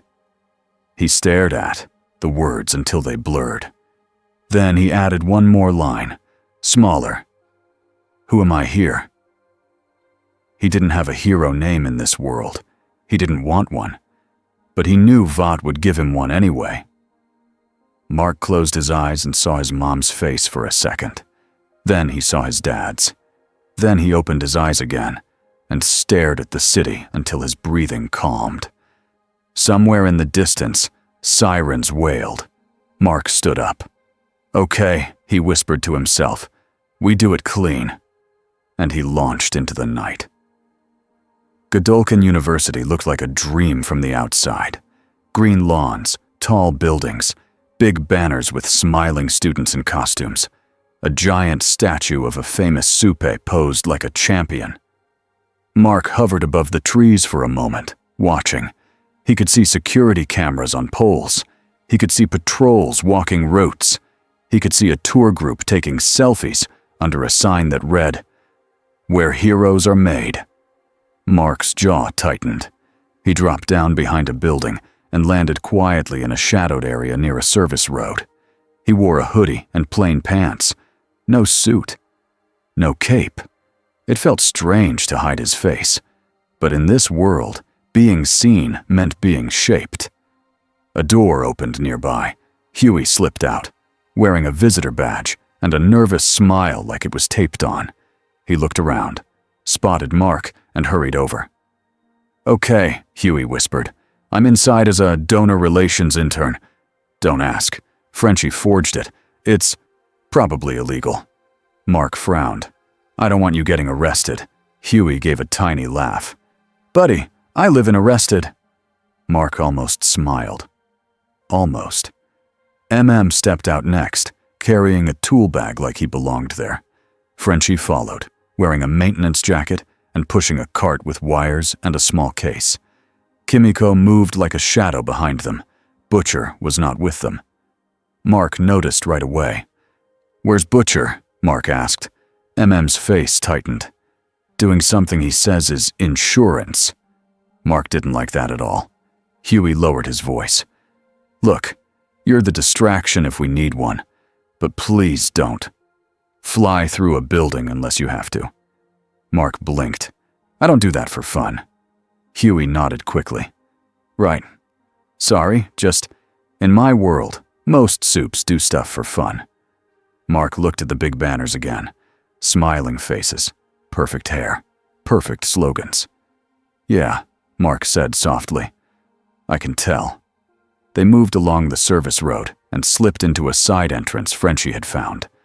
Inside, the hallways were bright and clean, like Vought Tower, but younger. Posters on walls showed students with big names and brand deals. Mark read one as he passed. Top 10. Rising Heroes. Streaming now. A screen played a highlight reel of a student blasting energy at a target, then turning to smile at the camera. Mark's stomach tightened. Huey whispered, "It's like a talent show, but with superpowers." Murmured, "And with people dying when they mess up." Mark walked slower, eyes scanning. He could feel something wrong here. Not a single thing. A pattern. Students walked in groups, laughing, but some of the laughs sounded forced. Some of the smiles were too wide. Mark caught a glimpse of a kid sitting alone on a bench, staring at his hands like he was afraid of them. Mark paused. The kid looked up and met Mark's eyes. For a second, there was a look of hope. Then a campus staff member stepped in front of the kid and gently pushed his face back down, like hiding a problem from view. Mark's hands curled. Huey noticed. "Mark." Mark forced his hands open again. "I'm fine." He wasn't. They reached a large lobby area with a big display showing today's hero rankings. Names and faces scrolled like a scoreboard. Frenchie leaned in, whispering, "The cameras here are everywhere. We must be careful. Like mice in a kitchen." Mark whispered back, "What are we looking for first?" Opened the tool bag and pulled out a small device. "We're not here to fight. We're here to find proof." Huey swallowed. "Proof of what?" MM's eyes stayed serious. "Of what they do to the ones who don't fit the brand?" Mark stared at the rankings board again. He thought of Annie, of her tired eyes, of how she said she used to mean it. Mark's voice went low. "Where do we start?" Frenchie pointed with his chin toward a restricted hallway with a keycard lock. "There, staff only. It goes down." "Down?" Huey echoed. Frenchie nodded. "Basements are where Vote keeps secrets." Mark looked at the lock. He could break it in half. He didn't. Instead, he stepped back and watched Frenchie work. Frenchie pulled out a small tool, popped a panel, and slid a thin wire inside with careful hands. Huey whispered, "You can lift trucks, and you're letting him pick a lock." Mark whispered back, dead serious, "If I break it, cameras see it. Then they know we're here." Huey blinked.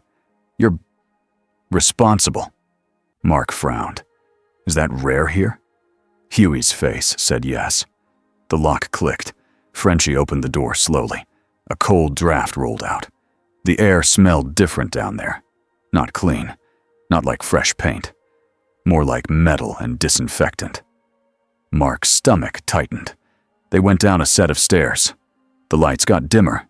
The walls turned from bright campus colors to plain gray concrete. A sign on the wall read, "Authorized personnel only." Then another sign, "Medical Research Wing." Huey's voice shook. "This is still part of the school?" MM's face hardened. "This is the part they don't show parents." They reached a door with a thick handle and a heavy lock. Frenchie crouched again to work. Mark listened. He could hear a faint sound from inside. Not machines. People. A soft cough. A small whimper. Mark's chest tightened. The lock clicked open. Frenchie pushed the door. Inside was a corridor lined with glass windows. Each window looked into a room. Some rooms were empty. Some weren't. Mark stopped dead. In one room, a young Soup sat on a bed with metal restraints on his wrists. He looked up at the door and flinched like he expected pain. In another room, a girl with glowing eyes stared at the wall, rocking slowly, whispering to herself. In another, a boy with bruises all over his arms pressed his face to the glass, like he was trying to breathe through it. Mark's hands shook. Huey's face went pale. "Oh my God." MM's voice went tight. "This is it," Frenchie whispered, furious. "The woods." Kimiko's eyes were wet, but her face stayed controlled. She had seen cages before. Too many. Mark stepped forward slowly, like he was afraid he might break the air just by being near. He moved to the first window and looked at the restrained student. The student stared back. Mark spoke softly. "Hey, we're here to help." The student's voice came out hoarse. "Are you another test?" Mark's throat tightened. "No." The student's eyes darted to Mark's hands, then to Mark's face. "You're not wearing a badge." Mark shook his head. "I'm not from here." The student's breathing sped up. "Then you have to leave! They'll—" A loud buzz cut the air. A red light blinked on the ceiling. An alarm. Frenchie swore under his breath. "No, no, this is not good!" MM spun, scanning. "How?" Huey's voice shook. "Maybe a motion sensor, or—" A speaker crackled overhead. A calm, warm voice filled the corridor like a lullaby. "Unauthorized access detected," it said. "Please remain where you are. Assistance is on the way." Mark's stomach dropped. Assistance meant Vought. MM's voice snapped. "We're not leaving these kids." Frenchie opened the case and pulled out a small camera drive. "Proof first. Always proof." Mark looked down the corridor. He could hear footsteps already. Fast. Trained. He didn't need super hearing to know what was coming. Black Noir. Vought tactical teams. Maybe worse. Mark swallowed hard. He turned back to the restrained student. "What's your name?" Mark asked. The student blinked, confused by the question. "Sam." Mark nodded once. "Sam. I'm Mark." Sam's eyes widened. "Mark, you're not scared." Mark's voice went quiet. "I am. I'm just not leaving." Mark reached toward the door handle of Sam's room. MM grabbed Mark's arm. "Mark, cameras." Mark looked at MM. "I don't care." MM hesitated, then nodded once. "Okay. Do it fast." Mark tore the door open. Metal bent like soft clay. Sam flinched. Mark moved gently, careful not to hurt him. He snapped the restraints with a clean pull and stepped back. Sam stared at his freed wrists like he didn't believe it. Mark turned to the next room. Then the next. Huey rushed to help, opening doors where he could, guiding stunned students out. Kimiko moved like a guardian, putting herself between the freed kids and the corridor. Frenchie kept filming, his face hard with anger. MM watched the stairwell like a sentry. Then Noir arrived. He didn't announce himself. He just appeared at the far end of the corridor, stepping into the red alarm light like a shadow taking form. 2 tactical teams came with him, guns up, masks on. Calm like this was routine. Noir's head tilted when he saw Mark, like he remembered the broken blade. Mark stepped forward and raised his hands, palms open. "I'm not here to hurt you," Mark said loud enough for everyone to hear. "We're leaving. Let the kids go." Noir didn't answer. He never did. He moved. Noir crossed the corridor in a blink and drove a blade toward Mark's throat. Mark caught his wrist. The impact shook the glass windows. The tactical teams opened fire, rubber rounds, gas canisters, darts. Mark turned, spreading his arms like a shield in front of the students. The rounds hit his back and bounced off. Gas hissed around him. Mark coughed once, his eyes watered, but he stayed standing. He took a breath and forced the gas away with a hard gust from his movement, flying forward a few feet and whipping the air like a fan. The gas cloud broke apart. Huey stared, stunned. "You can do that?" Mark shot him a look. "Later." Noir yanked against Mark's grip and twisted, trying to use leverage in joints. Mark felt the skill. Noir was trained, efficient, but Mark's strength was on a different level. Mark pushed Noir's arm down gently but firmly, until Noir's knees bent under the pressure. Noir's other hand snapped up with another blade. Mark caught that one too. Mark's voice went low. "Stop." Noir's head tilted again. Then Noir did something smart. He stopped trying to beat Mark. He changed the goal. Noir slipped his body sideways and went past Mark, aiming for the freed students behind him. Mark's eyes widened. "No!" Mark released Noir and shot backward, faster than a bullet, placing himself between Noir and the kids. Noir slammed into Mark's chest. Mark didn't move. Noir bounced off like he'd hit a wall. For a split second, Noir froze. Mark used that second. He grabbed Noir by the front of his suit and lifted him off the ground. Not to crush him, to remove him. Mark flew Noir straight up through a ceiling panel and into the floor above. Concrete broke. Dust fell. Mark landed with Noir in a storage room filled with boxes and trophies. Noir rolled instantly, blades out, ready again. Mark held his hands up. "If you go back down there, someone's going to die." Noir tilted his head. Mark clenched his jaw. "That's not a threat. It's a fact." Noir moved again. Mark sighed, grabbed him, and slammed him through a wall into an empty hallway, then pinned him to the floor with one hand on his chest. Noir struggled. Mark didn't even have to strain. He leaned down and spoke quietly, almost respectful. "You're good," Mark said, "but you can't beat me, and I don't want to hurt you." Noir's breathing sounded steady. Then Noir's hand shifted, reaching toward something on his belt. Mark's eyes narrowed. He flicked his fingers and snapped the belt device in half before Noir could activate it. Noir froze. Mark let out a slow breath. "Stay here." He launched back down through the hole. Below, the corridor was chaos. More tactical teams had arrived. MM was dragging a frightened student toward the stairs. Frenchie was yelling directions while trying to keep his camera steady. Kimiko had grabbed a heavy metal cart and was using it as a shield. Huey was trying to keep people moving without causing a stampede.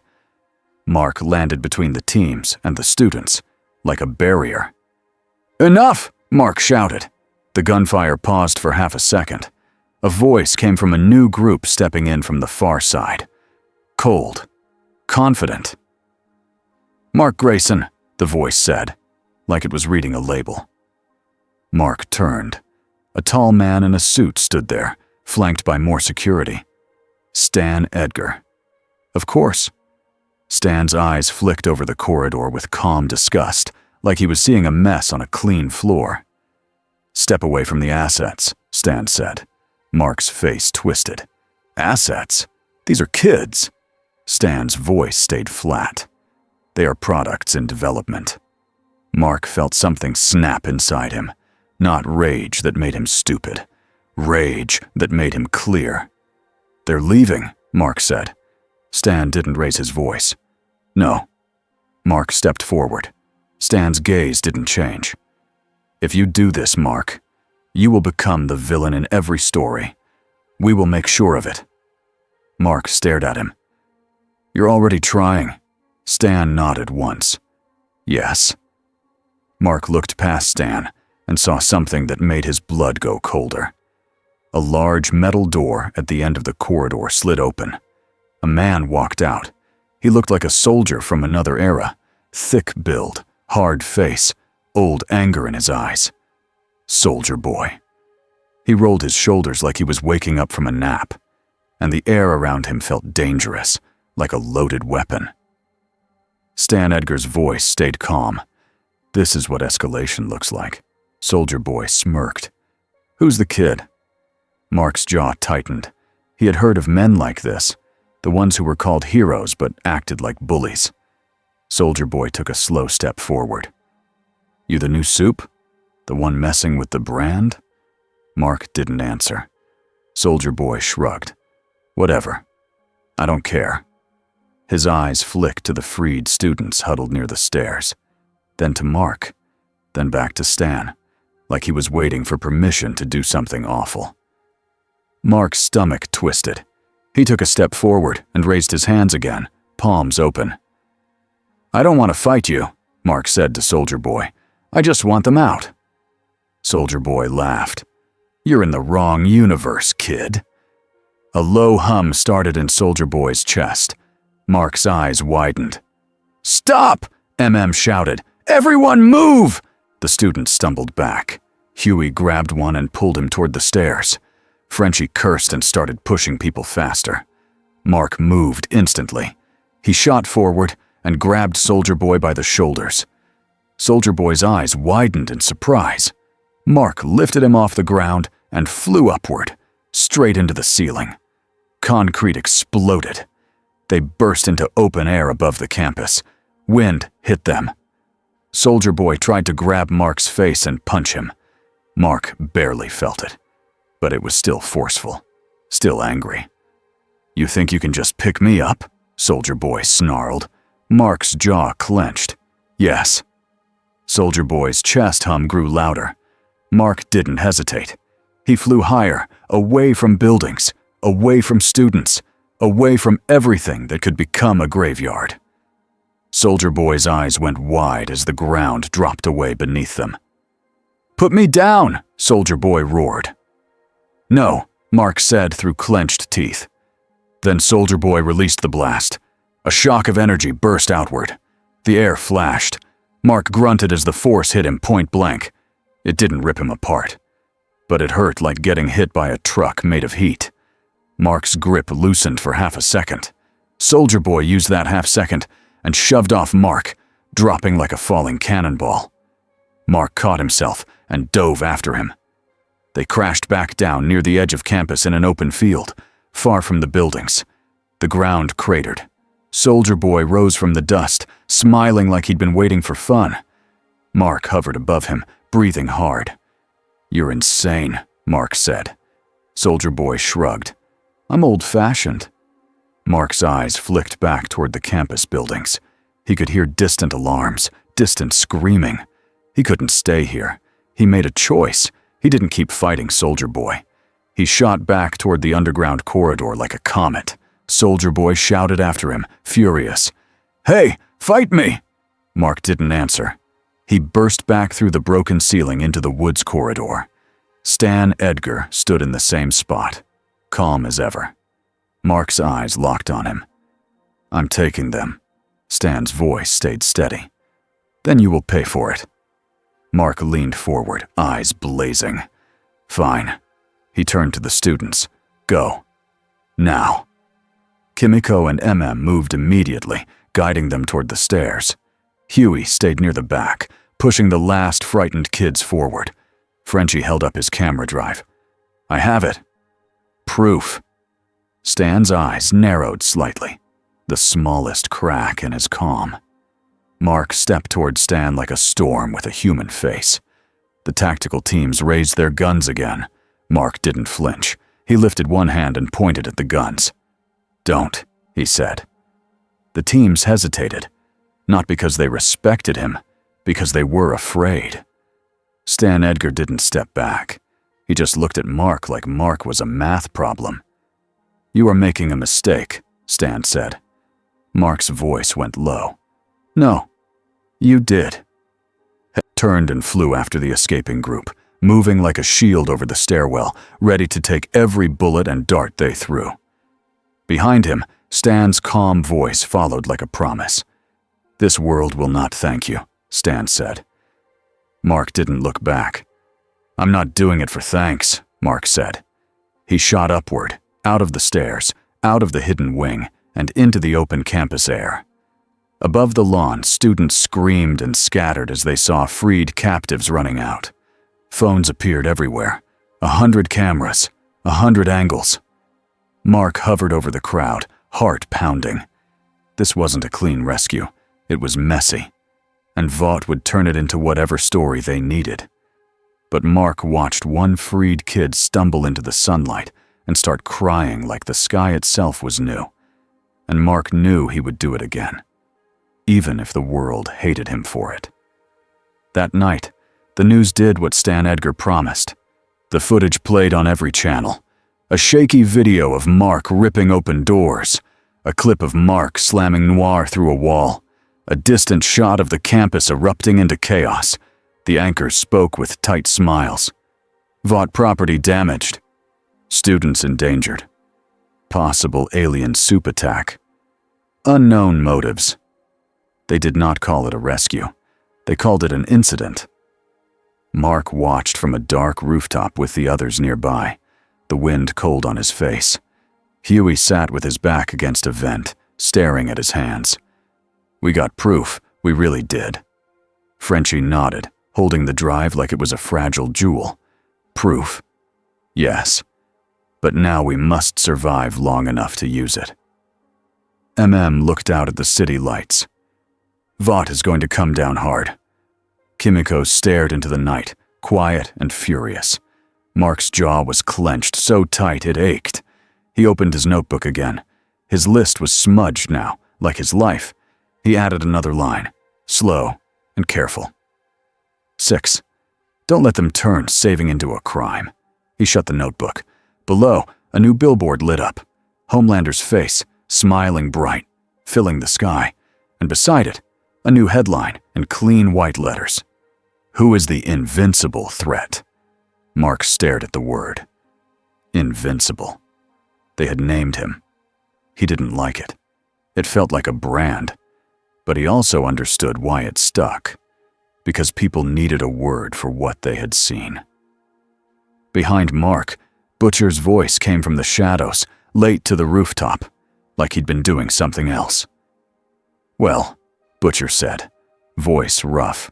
"Congratulations, mate." Mark didn't turn. "On what?" Butcher chuckled. "On making it personal."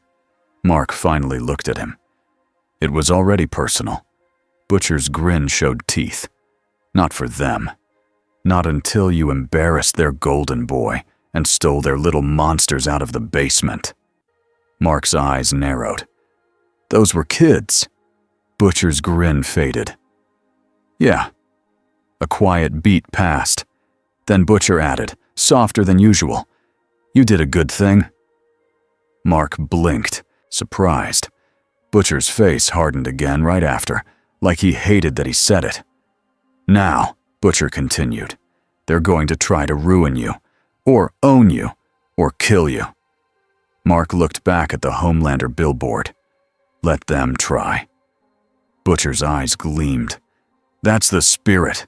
Mark's voice dropped, tired and fierce. "I'm not doing this for your revenge." Butcher nodded once. "Good. Do it for your hope." Mark didn't answer. He stared at the city and felt the weight of it. He could win fights. But this wasn't just fights. This was stories, fear, power, control.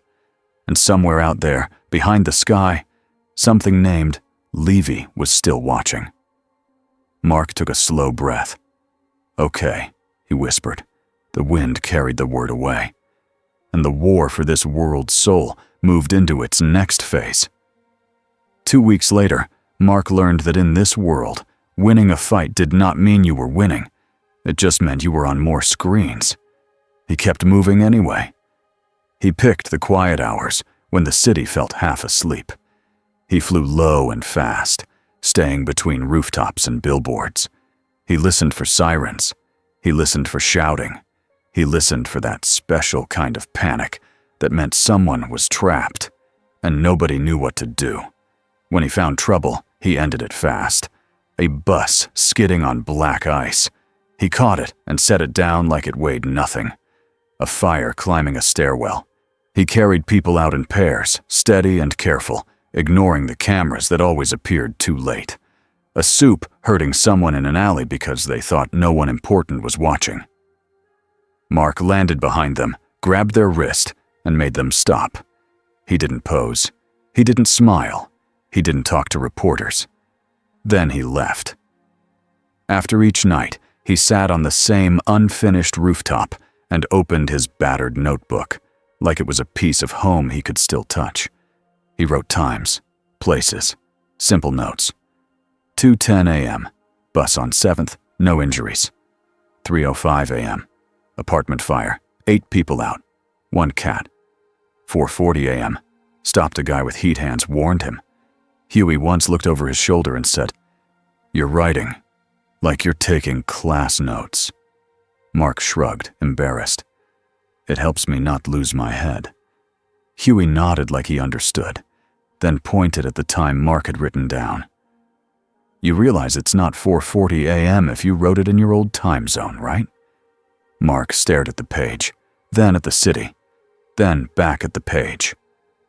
"Oh," he said flatly. Frenchie laughed so hard he had to cover his mouth with his sleeve. Even Kimiko made a small sound that could have been a laugh. Mark tore the page out, crumpled it, and tried again. It became a running joke, not about shopping or food, just Mark trying to force a normal schedule onto a world that didn't want one. But the joke stopped every time a new headline popped up. Invincible spotted near crime scene. Vought. Unauthorized soup activity is a threat. Homelander. I'll keep you safe. Mark would stare at those words until his jaw hurt. He wasn't stealing anything. He was saving people. But Vought didn't care about that. Vought cared about control, and control meant the public had to fear the person they could not buy. Huey watched the fear spread like a stain. It wasn't only on TV, it was in little conversations on the street. He heard it in a coffee shop line when someone said, "That new guy is too strong." He heard it when a woman said, "If he's that strong, what stops him from doing whatever he wants?" He heard it when a man laughed and said, "Homelander will handle him. He handles everything." Huey wanted to shout at them. He wanted to tell them Mark had carried a crying kid out of a fire and then flew away without even giving his name. But in this world, people didn't believe what they didn't see on a screen. And Vought owned most screens. In the safe house, Frenchie plugged the stolen drive into a laptop with shaking hands.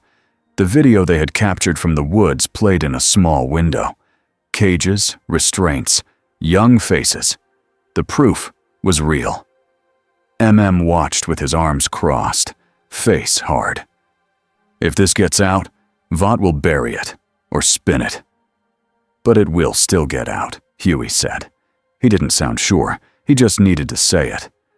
Butcher leaned against the wall, chewing on nothing, eyes sharp. We leak it to everybody, journalists, bloggers, whoever. We light a match. Mark stood near the back of the room, listening, quiet. Annie sat on a chair by the door, hood up, trying to look like she didn't belong there, even though she did. Mark's eyes stayed on the screen. He watched a kid press his face to glass. He watched a staff member pull a curtain, like hiding a problem. Mark's hands clenched. "We don't leak it like a rumor," Mark said. His voice was calm, but it had weight. "We give it to someone who can't be bought." Butcher laughed. "In this world, good luck." Annie lifted her head slightly. There are people who still try. Butcher's eyes narrowed at her. And they end up dead. Annie didn't flinch. Sometimes. Huey swallowed. What about the government? Hearings? Newman. cut him off. Newman is not safe. Huey's face tightened. Yeah, I know. Mark looked at all of them. Then we do two things. We leak it everywhere, and we protect the people who were inside. Frenchie nodded quickly. Yes, the children. The victims. Butcher's voice went sharp. And while we do that, we also put Homelander in the ground. Mark's gaze snapped to him. No. The room went quiet. Butcher stepped forward, anger rising. Don't start with that moral speech again. Mark didn't move. You want him dead because you hate him. I want people safe because they're people. Those are not the same. Butcher's eyes flashed. He will never stop. Mark's voice stayed steady. Then we stop. Him. We don't become him. Kimiko's hand touched Mark's arm lightly, like a small reminder. Breathe. Mark looked down at her, then back at Butcher. We're doing this without killing, Mark said. If you can't live with that, don't ask me for help. Butcher stared at him, chest rising and falling. Then he smiled in a way that meant trouble. Fine, for now. Mark hated that phrase, but he was learning something about this world. Fine was sometimes the best you got. Homelander was not used to being told no by a person who could back it up. He pretended he didn't care. In public, he smiled. He laughed. He hugged babies for cameras. He pointed at the sky and promised safety like a bedtime story. In private, he broke things. A mirror cracked under his fist. A chair snapped in half. A man in a suit apologized too much and got thrown into a wall hard enough to slide down it. Ashley stood in the corner with wide eyes and a shaking smile, pretending she didn't see the bruises. Homelander paced like a caged animal. He's stealing my air, he muttered. Ashley nodded fast. We're working on it. We're pushing the right story. People are already... Homelander whirled on her. People are already what? Ashley swallowed. People are... curious. Homelander's face tightened. Curious is not enough. He stopped pacing. He stared at the city through the window, like it was his toy. Then he smiled. Not a happy smile. A decision smile. Set up a meeting, Homelander said softly. A private one. No cameras. Ashley blinked. With him? Homelander nodded. With Invincible. Ashley flinched at the name like it hurt to say. Homelander leaned in close, voice low and sweet. I want to talk. Ashley's eyes darted away. Talk. Homelander's smile widened just a little. And if talking doesn't work, I'll remind him what this world does to things it doesn't understand. Stan Edgar's meeting invitation arrived differently. It came as a sealed envelope delivered to Mark by a Vought employee who wouldn't meet his eyes. Inside was a single card. Penthouse. 9:20 p.m. You can bring one guest. Stan Edgar. Mark stared at it for a long time. Huey read over his shoulder. That's classy. MM's face hardened. That's a trap. Mark nodded. Everything is a trap here. Annie shifted her weight. Edgar won't try to fight you. He'll try to make you feel like you need him. Mark's jaw tightened. I don't. But when he said it, his eyes flicked to his notebook on the table, to his list, to the word home he had written at the top of so many pages. Mark hated that Stan could guess that part. He hated it because it was true. I'll go, Mark said. Butcher's grin appeared from the corner like a knife. Take me. Mark's eyes narrowed. No. Butcher scoffed. Why? Afraid I'll ruin your tea party? Mark kept his voice even. Because you want blood, and I don't. Stepped in. I'll go. Mark nodded once, grateful. Huey raised a hand. Can I? Mark looked at him. Huey lowered his hand slowly. Yeah. Okay. Not me. Mark tucked the card into his pocket like it weighed too much. And at 8:55 p.m., Mark and MM rose into the air and flew toward the brightest tower in the city. Stan Edgar's penthouse felt like it belonged to someone who didn't need to prove anything. No giant V logo, no capes, no posters. Just clean space, soft lights, and the city stretched wide through glass. Stan stood near a table with 2 glasses. MM stayed near the door. He didn't sit. He didn't relax. Mark didn't sit either. Stan looked at Mark like he was seeing a storm outside his window. "Thank you for coming," Stan said. Mark's voice stayed flat. "What do you want?" Stan nodded once, as if he respected the directness. "I want stability." Mark glanced at the glasses. "You want control." Stan didn't argue. Control is how you prevent chaos. Mark's jaw flexed. The woods was chaos. Stan's eyes stayed calm. The woods was research. MM's voice went hard. It was torture. Stan's gaze flicked to MM for a second, then returned to Mark. Words again. Mark stepped forward. "Say what you came to say." Stan lifted a remote. A screen on the wall turned on. It showed a frozen image of the portal from the street fight, the jagged tear in the sky. Stan's voice stayed smooth. "You want to go home?" Mark's throat tightened. He didn't answer. Stan continued anyway. "We have been studying the anomaly. We have recovered fragments from the attackers. We have a direction." Mark's eyes narrowed. "You're lying." Stan didn't blink. "I'm offering." Mark's hands clenched. "In exchange for what?" Stan set the remote down like it was nothing. "You stop. You stop interfering with Vought operations. You stop disrupting our assets. You stop meeting with terrorists." MM tensed. Mark's voice went low. "You mean the people who fight you?" Stan's expression did not change. "Yes." Mark felt heat rise in his chest. "And in return, you send me home." Stan nodded once. "If it is possible." Mark stared at him. "You said you had a direction." Stan's tone stayed perfectly even. "A direction is not a door." Mark stepped closer, eyes sharp. "You're using my hope like bait." Stan's gaze held. "Hope is always bait. That's why it works." Mark's stomach turned. He thought of his mom. He thought of the way his world had broken. He thought of how badly he wanted to walk into a normal kitchen again and hear a normal voice say his name. Then he remembered the faces in the woods. He remembered Annie's tired eyes. He remembered the way Vought called people assets. Mark exhaled slowly. "No," he said. Stan tilted his head slightly. "Think carefully." Mark's voice stayed steady. "I am." Stan's eyes narrowed just a fraction. "You will not survive this world by punching the right people." Mark nodded. "Then I'll do more than punch." Stan studied him. "You are young." Mark didn't deny it. "And you're a coward with a clean suit." MM made a low sound like he was surprised Mark said it out loud. Stan did not react like a man insulted. He reacted like a man taking notes. "Very well," Stan said. "Then you will learn the cost."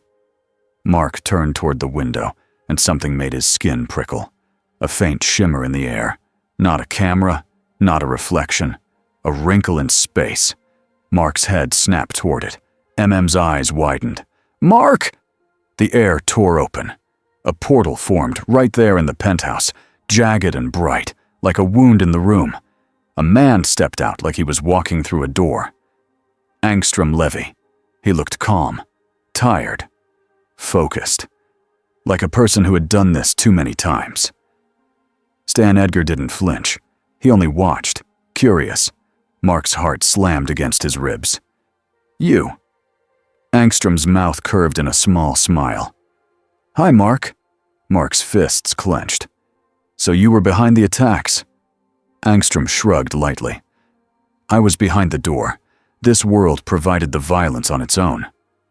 Stan's eyes shifted. studying Angstrom like he was a new kind of asset.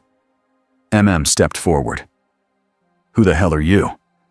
Angstrom glanced at A problem. And a solution. Mark's voice went tight. "Why are you here?" Angstrom looked at him like Mark should already know. "To finish what I started." Mark took a step forward. "I'm not playing games." Angstrom's eyes sharpened. "Good. Because I'm not either." He lifted his hand. The portal behind him flickered, and for a split second, Mark saw something through it. Not this city. A different street. A different sky. A place Mark recognized so hard it hurt. A kitchen window. A figure moving inside.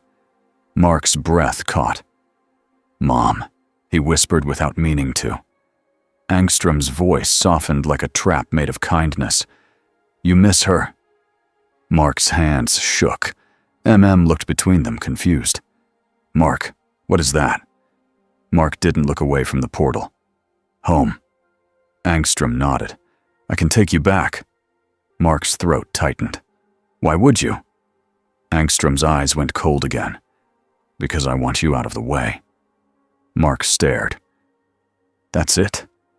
Angstrom stepped closer, careful not to look threatening, like he had learned how to talk to heroes. "This world is a pit, Mark. You feel it. You see it. They will poison you here. They will use you until you snap, or they will turn the whole planet against you." Mark's jaw clenched. "So I should leave?" Angstrom spread his hands. "Yes." Stan Edgar finally spoke, voice calm. "Interesting." Angstrom didn't look at him. "Stay out of this." Stan's eyes stayed on Mark. "This is your chance." Mark's breathing was loud in his ears. The portal still showed that kitchen, that life, that simple, ordinary piece of everything he wanted back. Mark took one step toward it. Then he stopped, because he remembered something else. He remembered leaving people behind once. He remembered what it felt like to be powerless, while someone stronger decided the rules. Mark looked at Angstrom. "If I go home, you keep opening doors here." Angstrom's smile thinned. "Not if I don't need to." Mark shook his head. "You will. You'll find another world to break, another place to use." Angstrom's eyes narrowed. "You don't get to lecture me." Mark's voice went low and steady. "I do if I'm the one you keep chasing." Angstrom's calm cracked just a little. "I've seen hundreds of worlds, Mark. This one is already rotten. You can't fix it." Mark looked through the portal again. He wanted to jump. He wanted to run into that kitchen and pretend everything was normal. He wanted to stop hurting. Then he looked back at at the tension in MM's shoulders, at the way stood between danger and people even when he had no powers. Mark looked at Stan Edgar, at a man who could call cages, research, and sleep at night. Mark looked at the city lights outside the window, at all those people living under lies. Mark exhaled. "No," he said again. Angstrom's eyes hardened. "No?" Mark's voice stayed simple. "Not like this." Angstrom's jaw tightened. "You're choosing them over her." Mark swallowed. His voice got rough for 1 second. "I'm choosing not to become a coward." Angstrom's hand lifted sharply. The portal widened. The air pulled. Mark felt his body tug toward it like gravity had changed its mind. Grabbed a heavy chair and hurled it at Angstrom. It hit nothing. Because Angstrom stepped sideways through a micro-portal and reappeared near the ceiling like a glitch. Stan Edgar moved back smoothly, not afraid, just smart. Mark shot forward. He crossed the room in a blink and grabbed Angstrom's wrist. Angstrom's eyes widened. Surprised Mark was that fast even in a cramped space. Mark squeezed, hard enough to hurt. Angstrom hissed. "Let go!" Mark didn't. He slammed Angstrom down onto the floor. The penthouse shook. Glass rattled. Mark pinned Angstrom with one hand on his shoulder. "You don't get to use my home like a leash," Mark said through clenched teeth. Angstrom's face twisted. "You think you're noble?" Mark leaned closer. "I think you're scared, so you hide behind doors." Angstrom snarled and opened a portal under Mark's feet. Mark dropped for a split second, falling through, and came out of another portal a few feet away, crashing into a wall. It happened so fast, couldn't even track it. Mark hit the wall, bounced, and was already moving again. He flew straight back, grabbed Angstrom's collar, and yanked him away from the portal edges. Angstrom's hands flashed, portals popping like blinking eyes all around them. Mark took the hits anyway. A portal opened near Mark's shoulder and spat out a chunk of concrete like a bullet. It smacked Mark's back and shattered. Mark didn't even turn. He drove Angstrom into the floor again, cracking the tile. Angstrom's breath came fast now. "You can't hold me forever." Mark's voice stayed flat. "I don't need forever. I need you to stop." Angstrom laughed, sharp and bitter. "You're going to stay here and play hero until this place eats you alive." Mark's grip tightened. "Maybe." Angstrom's eyes narrowed. "Then I'll make sure you never feel safe again." Mark's stomach tightened. He heard it for what it was, a promise. Angstrom's fingers twitched, and a portal opened behind him like a mouth. Angstrom threw himself backward into it. Mark lunged, too late. The portal snapped shut. Silence hit the room like a slap. Mark stood there, breathing hard, fists clenched, staring at empty air where Angstrom had been. Stan Edgar's calm voice came from behind him. "So, the anomaly has a name." Mark turned slowly. Stan was watching him like Mark had just proven a theory. Stepped between Mark and Stan, protective. Mark's eyes stayed hard. "Don't." Stan lifted his hand slightly, as if he was being reasonable. "I did nothing." Mark's voice dropped. "You offered me a deal while he showed me my mother." Stan's expression didn't change. "I offered you a way out." Mark took a slow breath and forced his fists open. "No," Mark said. "You offered me a leash." Mark walked toward the window and looked out at the city. Then he looked back at Stan Edgar. "I'm done talking," Mark said. Stan's eyes held his. "You will regret this." Mark nodded once. "Maybe." Then he stepped to the side, grabbed by the shoulder gently, and lifted both of them into the air. They flew out through the open balcony doors without breaking anything, because Mark was angry. But he wasn't going to prove Stan right. As they vanished into the night, Stan Edgar watched, silent. And for the first time, his calm face showed the smallest sign of annoyance. Not fear, not panic, just the realization that some problems could not be bought. The next day, the leak hit the internet like a grenade. Frenchie didn't send it to one person. He sent it to everyone. He posted it in pieces. He hid copies in dozens of places. He made sure it was hard to erase. The footage from the woods spread across phones and laptops faster than Vought could scrub. People watched cages. People watched screaming. People watched students treated like objects. Vought called it fake. They called it edited. They called it terrorist propaganda. But they couldn't unshow it. Huey sat in the safe house staring at the screen, heart pounding. "It's out," he whispered. "It's really out." Didn't celebrate. He just nodded once, like a soldier marking a hard step forward. Annie's eyes were wet. She wiped them fast, angry at herself for feeling anything in front of people. Butcher stared at the footage with a hungry look. "Now," Butcher said, "we twist the knife." Mark stood by the window, watching the city. He could hear distant protests already. Shouts. Sirens. The sound of a world that had been forced to look in a mirror. Mark didn't feel victory. He felt the next wave coming, because now Vought would stop pretending, and Homelander would take it personally. As if the universe wanted to prove him right, Mark's phone buzzed. An unknown number. A single message. "Rooftop. Now. Come alone." Mark stared at it. Annie stepped closer. Don't go. Mark looked at her. He'll come anyway. MM's voice went firm. We can set a trap. Mark shook his head. If we bring a trap, we bring collateral. He'll use it. Butcher's grin appeared. So you go and you finish it. Mark turned and looked at him, cold. No. Then Mark pulled his notebook out, tore off a page, and wrote one line. If I don't come back in 15 minutes, move everyone. He handed it to Huey. Huey swallowed hard and took it like it was something sacred. Mark gave Annie a small nod. Stay safe. Then he stepped out into the air and flew toward the highest rooftop of Vote Tower. Homelander waited alone under the bright red V. No cameras, no crowds, just wind, city noise far below, and the sky stretching wide. When Mark landed, Homelander smiled like they were friends meeting for drinks. Hey, Homelander said. Look at you, making waves. Mark didn't smile. What do you want? Homelander spread his arms. I want what's fair. Mark's eyes narrowed. There's no fair here. Homelander's smile tightened.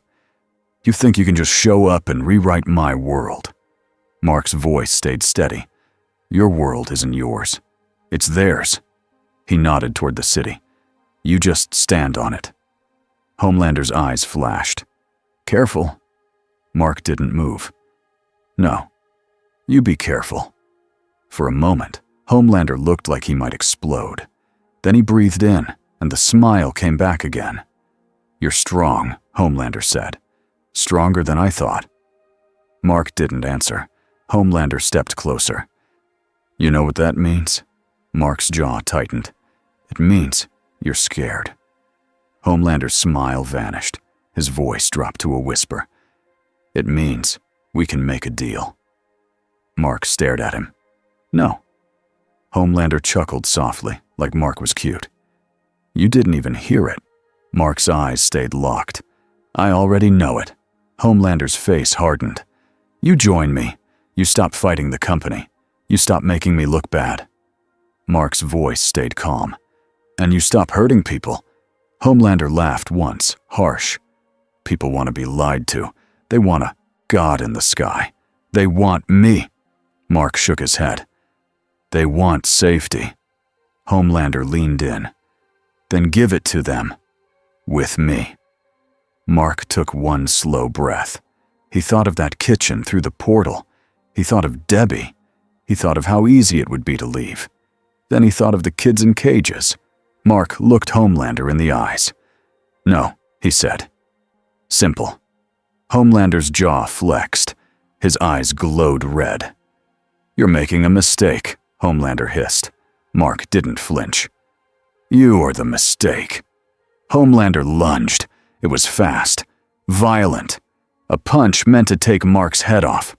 Mark caught it. The shock rippled through the rooftop.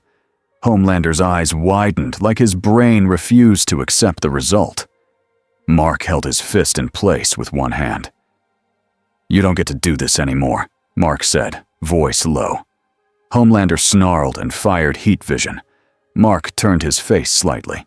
The beam carved across his cheek, hot and bright. It burned. It hurt. Mark grunted, but he stayed there. He reached up and grabbed Homelander by the cape near the collar. Then he lifted. Homelander's boots left the roof. Mark rose into the air, holding him there like a warning sign. Homelander thrashed, punching Mark's ribs, trying to break free. The hits landed. They were strong by human standards. They weren't enough. Mark's voice carried in the wind. Listen to me, Homelander spat. Let me go. Mark tightened his grip just enough to make Homelander stop moving for a second. I don't want to kill you, Mark said. I don't want to be that. But if you go after Annie, Huey, or anyone else because you can't control me... Mark's eyes hardened. I will stop you. And you won't like what that looks like. Homelander stared at Mark with pure hate. Then he smiled again, shaking with anger. Oh, Homelander whispered. So you do have threats. Mark's jaw clenched. It's not a threat. It's a boundary. Homelander's smile grew wider. You think boundaries matter to me? Mark didn't answer. He flew higher, away from the tower, away from people. Then he did something that made Homelander's eyes go wide for real. Mark let go. Homelander dropped, just for 1 second, long enough to feel it, long enough to remember that the sky could be taken away. Then Mark shot down, caught him by the ankle, and held him upside down over the city lights. Homelander screamed in fury, not fear. Mark's voice stayed calm. Go home. Homelander's eyes burned red. This is my home. Mark nodded once, then act like it. Mark tossed him upward lightly, just enough to flip him, then released him onto a nearby rooftop with a hard thud. Homelander landed, rolling, then sprang up like a wounded animal. He stared at Mark like he wanted to burn the whole city just to prove he could. But he didn't. Not tonight. Not with the leak spreading. Not with the world already watching too closely. Homelander smoothed his suit, breathing hard, and smiled again like a mask. You'll get tired, he said softly. You'll get lonely. And when you finally break, I'll be there. Mark hovered in the air, chest rising and falling. Maybe. Then he turned away. He didn't chase. He didn't finish it. He flew back into the dark, toward the only people in this world he could almost trust. Homelander watched him go, smile shaking on his face. And for the first time, Homelander looked small against the sky he always claimed. A week later, Mark's name meant 2 different things depending on who said it. To some people, Invincible meant danger. To others, it meant a rumor they spoke like a prayer. The real one, a woman whispered into her phone after Mark pulled her brother out from under a collapsed wall. He didn't even ask for a picture, a kid said, shocked, after Mark stopped a speeding car from hitting a crowd. Vought tried to erase those stories. They couldn't erase all of them, not anymore. The boys used the chaos to keep pushing. Small wins, small leaks, small rescues. And Mark kept doing the same thing every night. He saved who he could. He didn't pretend it fixed everything. He just refused to stop. Because in this world, refusing to stop was its own kind of fight. On a quiet rooftop far from Vote Tower, Mark sat with his back against a low wall and opened his notebook. The page was messy now, crossed out times, different dates, a few small doodles Huey had drawn when he thought Mark wasn't looking. Mark stared at the top of the page where he had written, then rewritten, the same word. Routine. He heard soft footsteps behind him. He didn't turn fast this time. Huey sat down beside him with a careful distance, like he didn't want to spook a wild animal. For once, Huey didn't bring jokes first. He just sat and looked out at the city. It's quieter, Huey said. Mark nodded. For now. Huey swallowed. People are talking, not just online, like real talking. My dad called me today. Mark glanced at him. Yeah? Huey nodded, eyes shiny. He asked me if Homelander was always like that. Mark didn't answer right away. He didn't want to say the obvious thing, that people had always known. They just didn't want to admit it. So Mark said something simpler. People don't like changing their minds, Mark said. But sometimes they do. Huey let out a slow breath. So, you staying? Mark's hand tightened on the notebook. He looked down at his list. The first line was still there. Find out what brought me here. The second line, too. Find out who is watching from the sky. He thought of Angstrom's face, of the portal showing home, of the promise. I'll make sure you never feel safe again. Mark looked up at the night sky.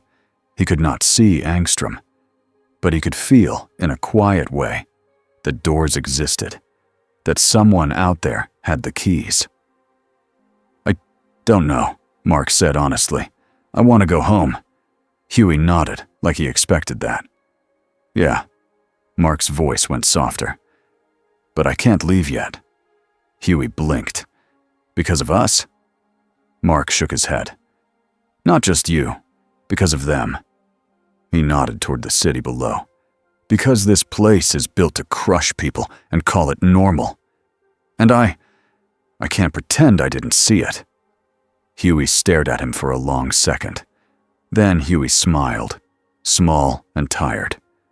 That's the most hero thing I've ever heard. Mark snorted once, almost a laugh. Don't tell Butcher that. Huey laughed quietly. He'll pretend he didn't hear it. Then he'll yell anyway. They sat in silence for a moment. Down on a distant building, a billboard flickered. Homelander's face appeared, bright and clean. But now, under the smile, there was new text. Vought. Report unlicensed soup activity. Mark stared at it. Huey stared too. You hate that name, right? Huey asked. Mark blinked. What name? Huey pointed toward another screen on a smaller building nearby. Invincible spotted saving family in Queens. Mark's jaw tightened. Yeah, Huey nodded slowly. But you also kind of made it mean something else. Mark didn't answer right away. He looked down at his notebook again. He turned to a fresh page and wrote a new line at the top, careful and neat. New rule, save first, explain later. Huey leaned in to read it, then smiled. That's a pretty good rule. Mark closed the notebook and stood up. The wind tugged at his hoodie. The city lights blinked. Sirens wailed somewhere far off, like a reminder that the night never truly rested here. Mark looked at Huey. You coming? Huey swallowed. To fly? Mark raised an eyebrow. Huey shook his head fast. No, I mean, coming to help. Like, in the normal way. The terrified way. Mark nodded once. Yeah, come help. Huey stood up too, shoulders squared like he was trying to be brave on purpose. Mark stepped off the roof and hovered in the air, then paused and looked back. For a second, he saw himself reflected in a window, a kid with too much weight on his shoulders, a hero in the wrong world. Mark didn't smile, but his eyes were steady. Then he flew forward, fast and quiet, into the city that didn't want him and needed him at the same time. And behind him, the night sky stayed dark, like it was holding its breath,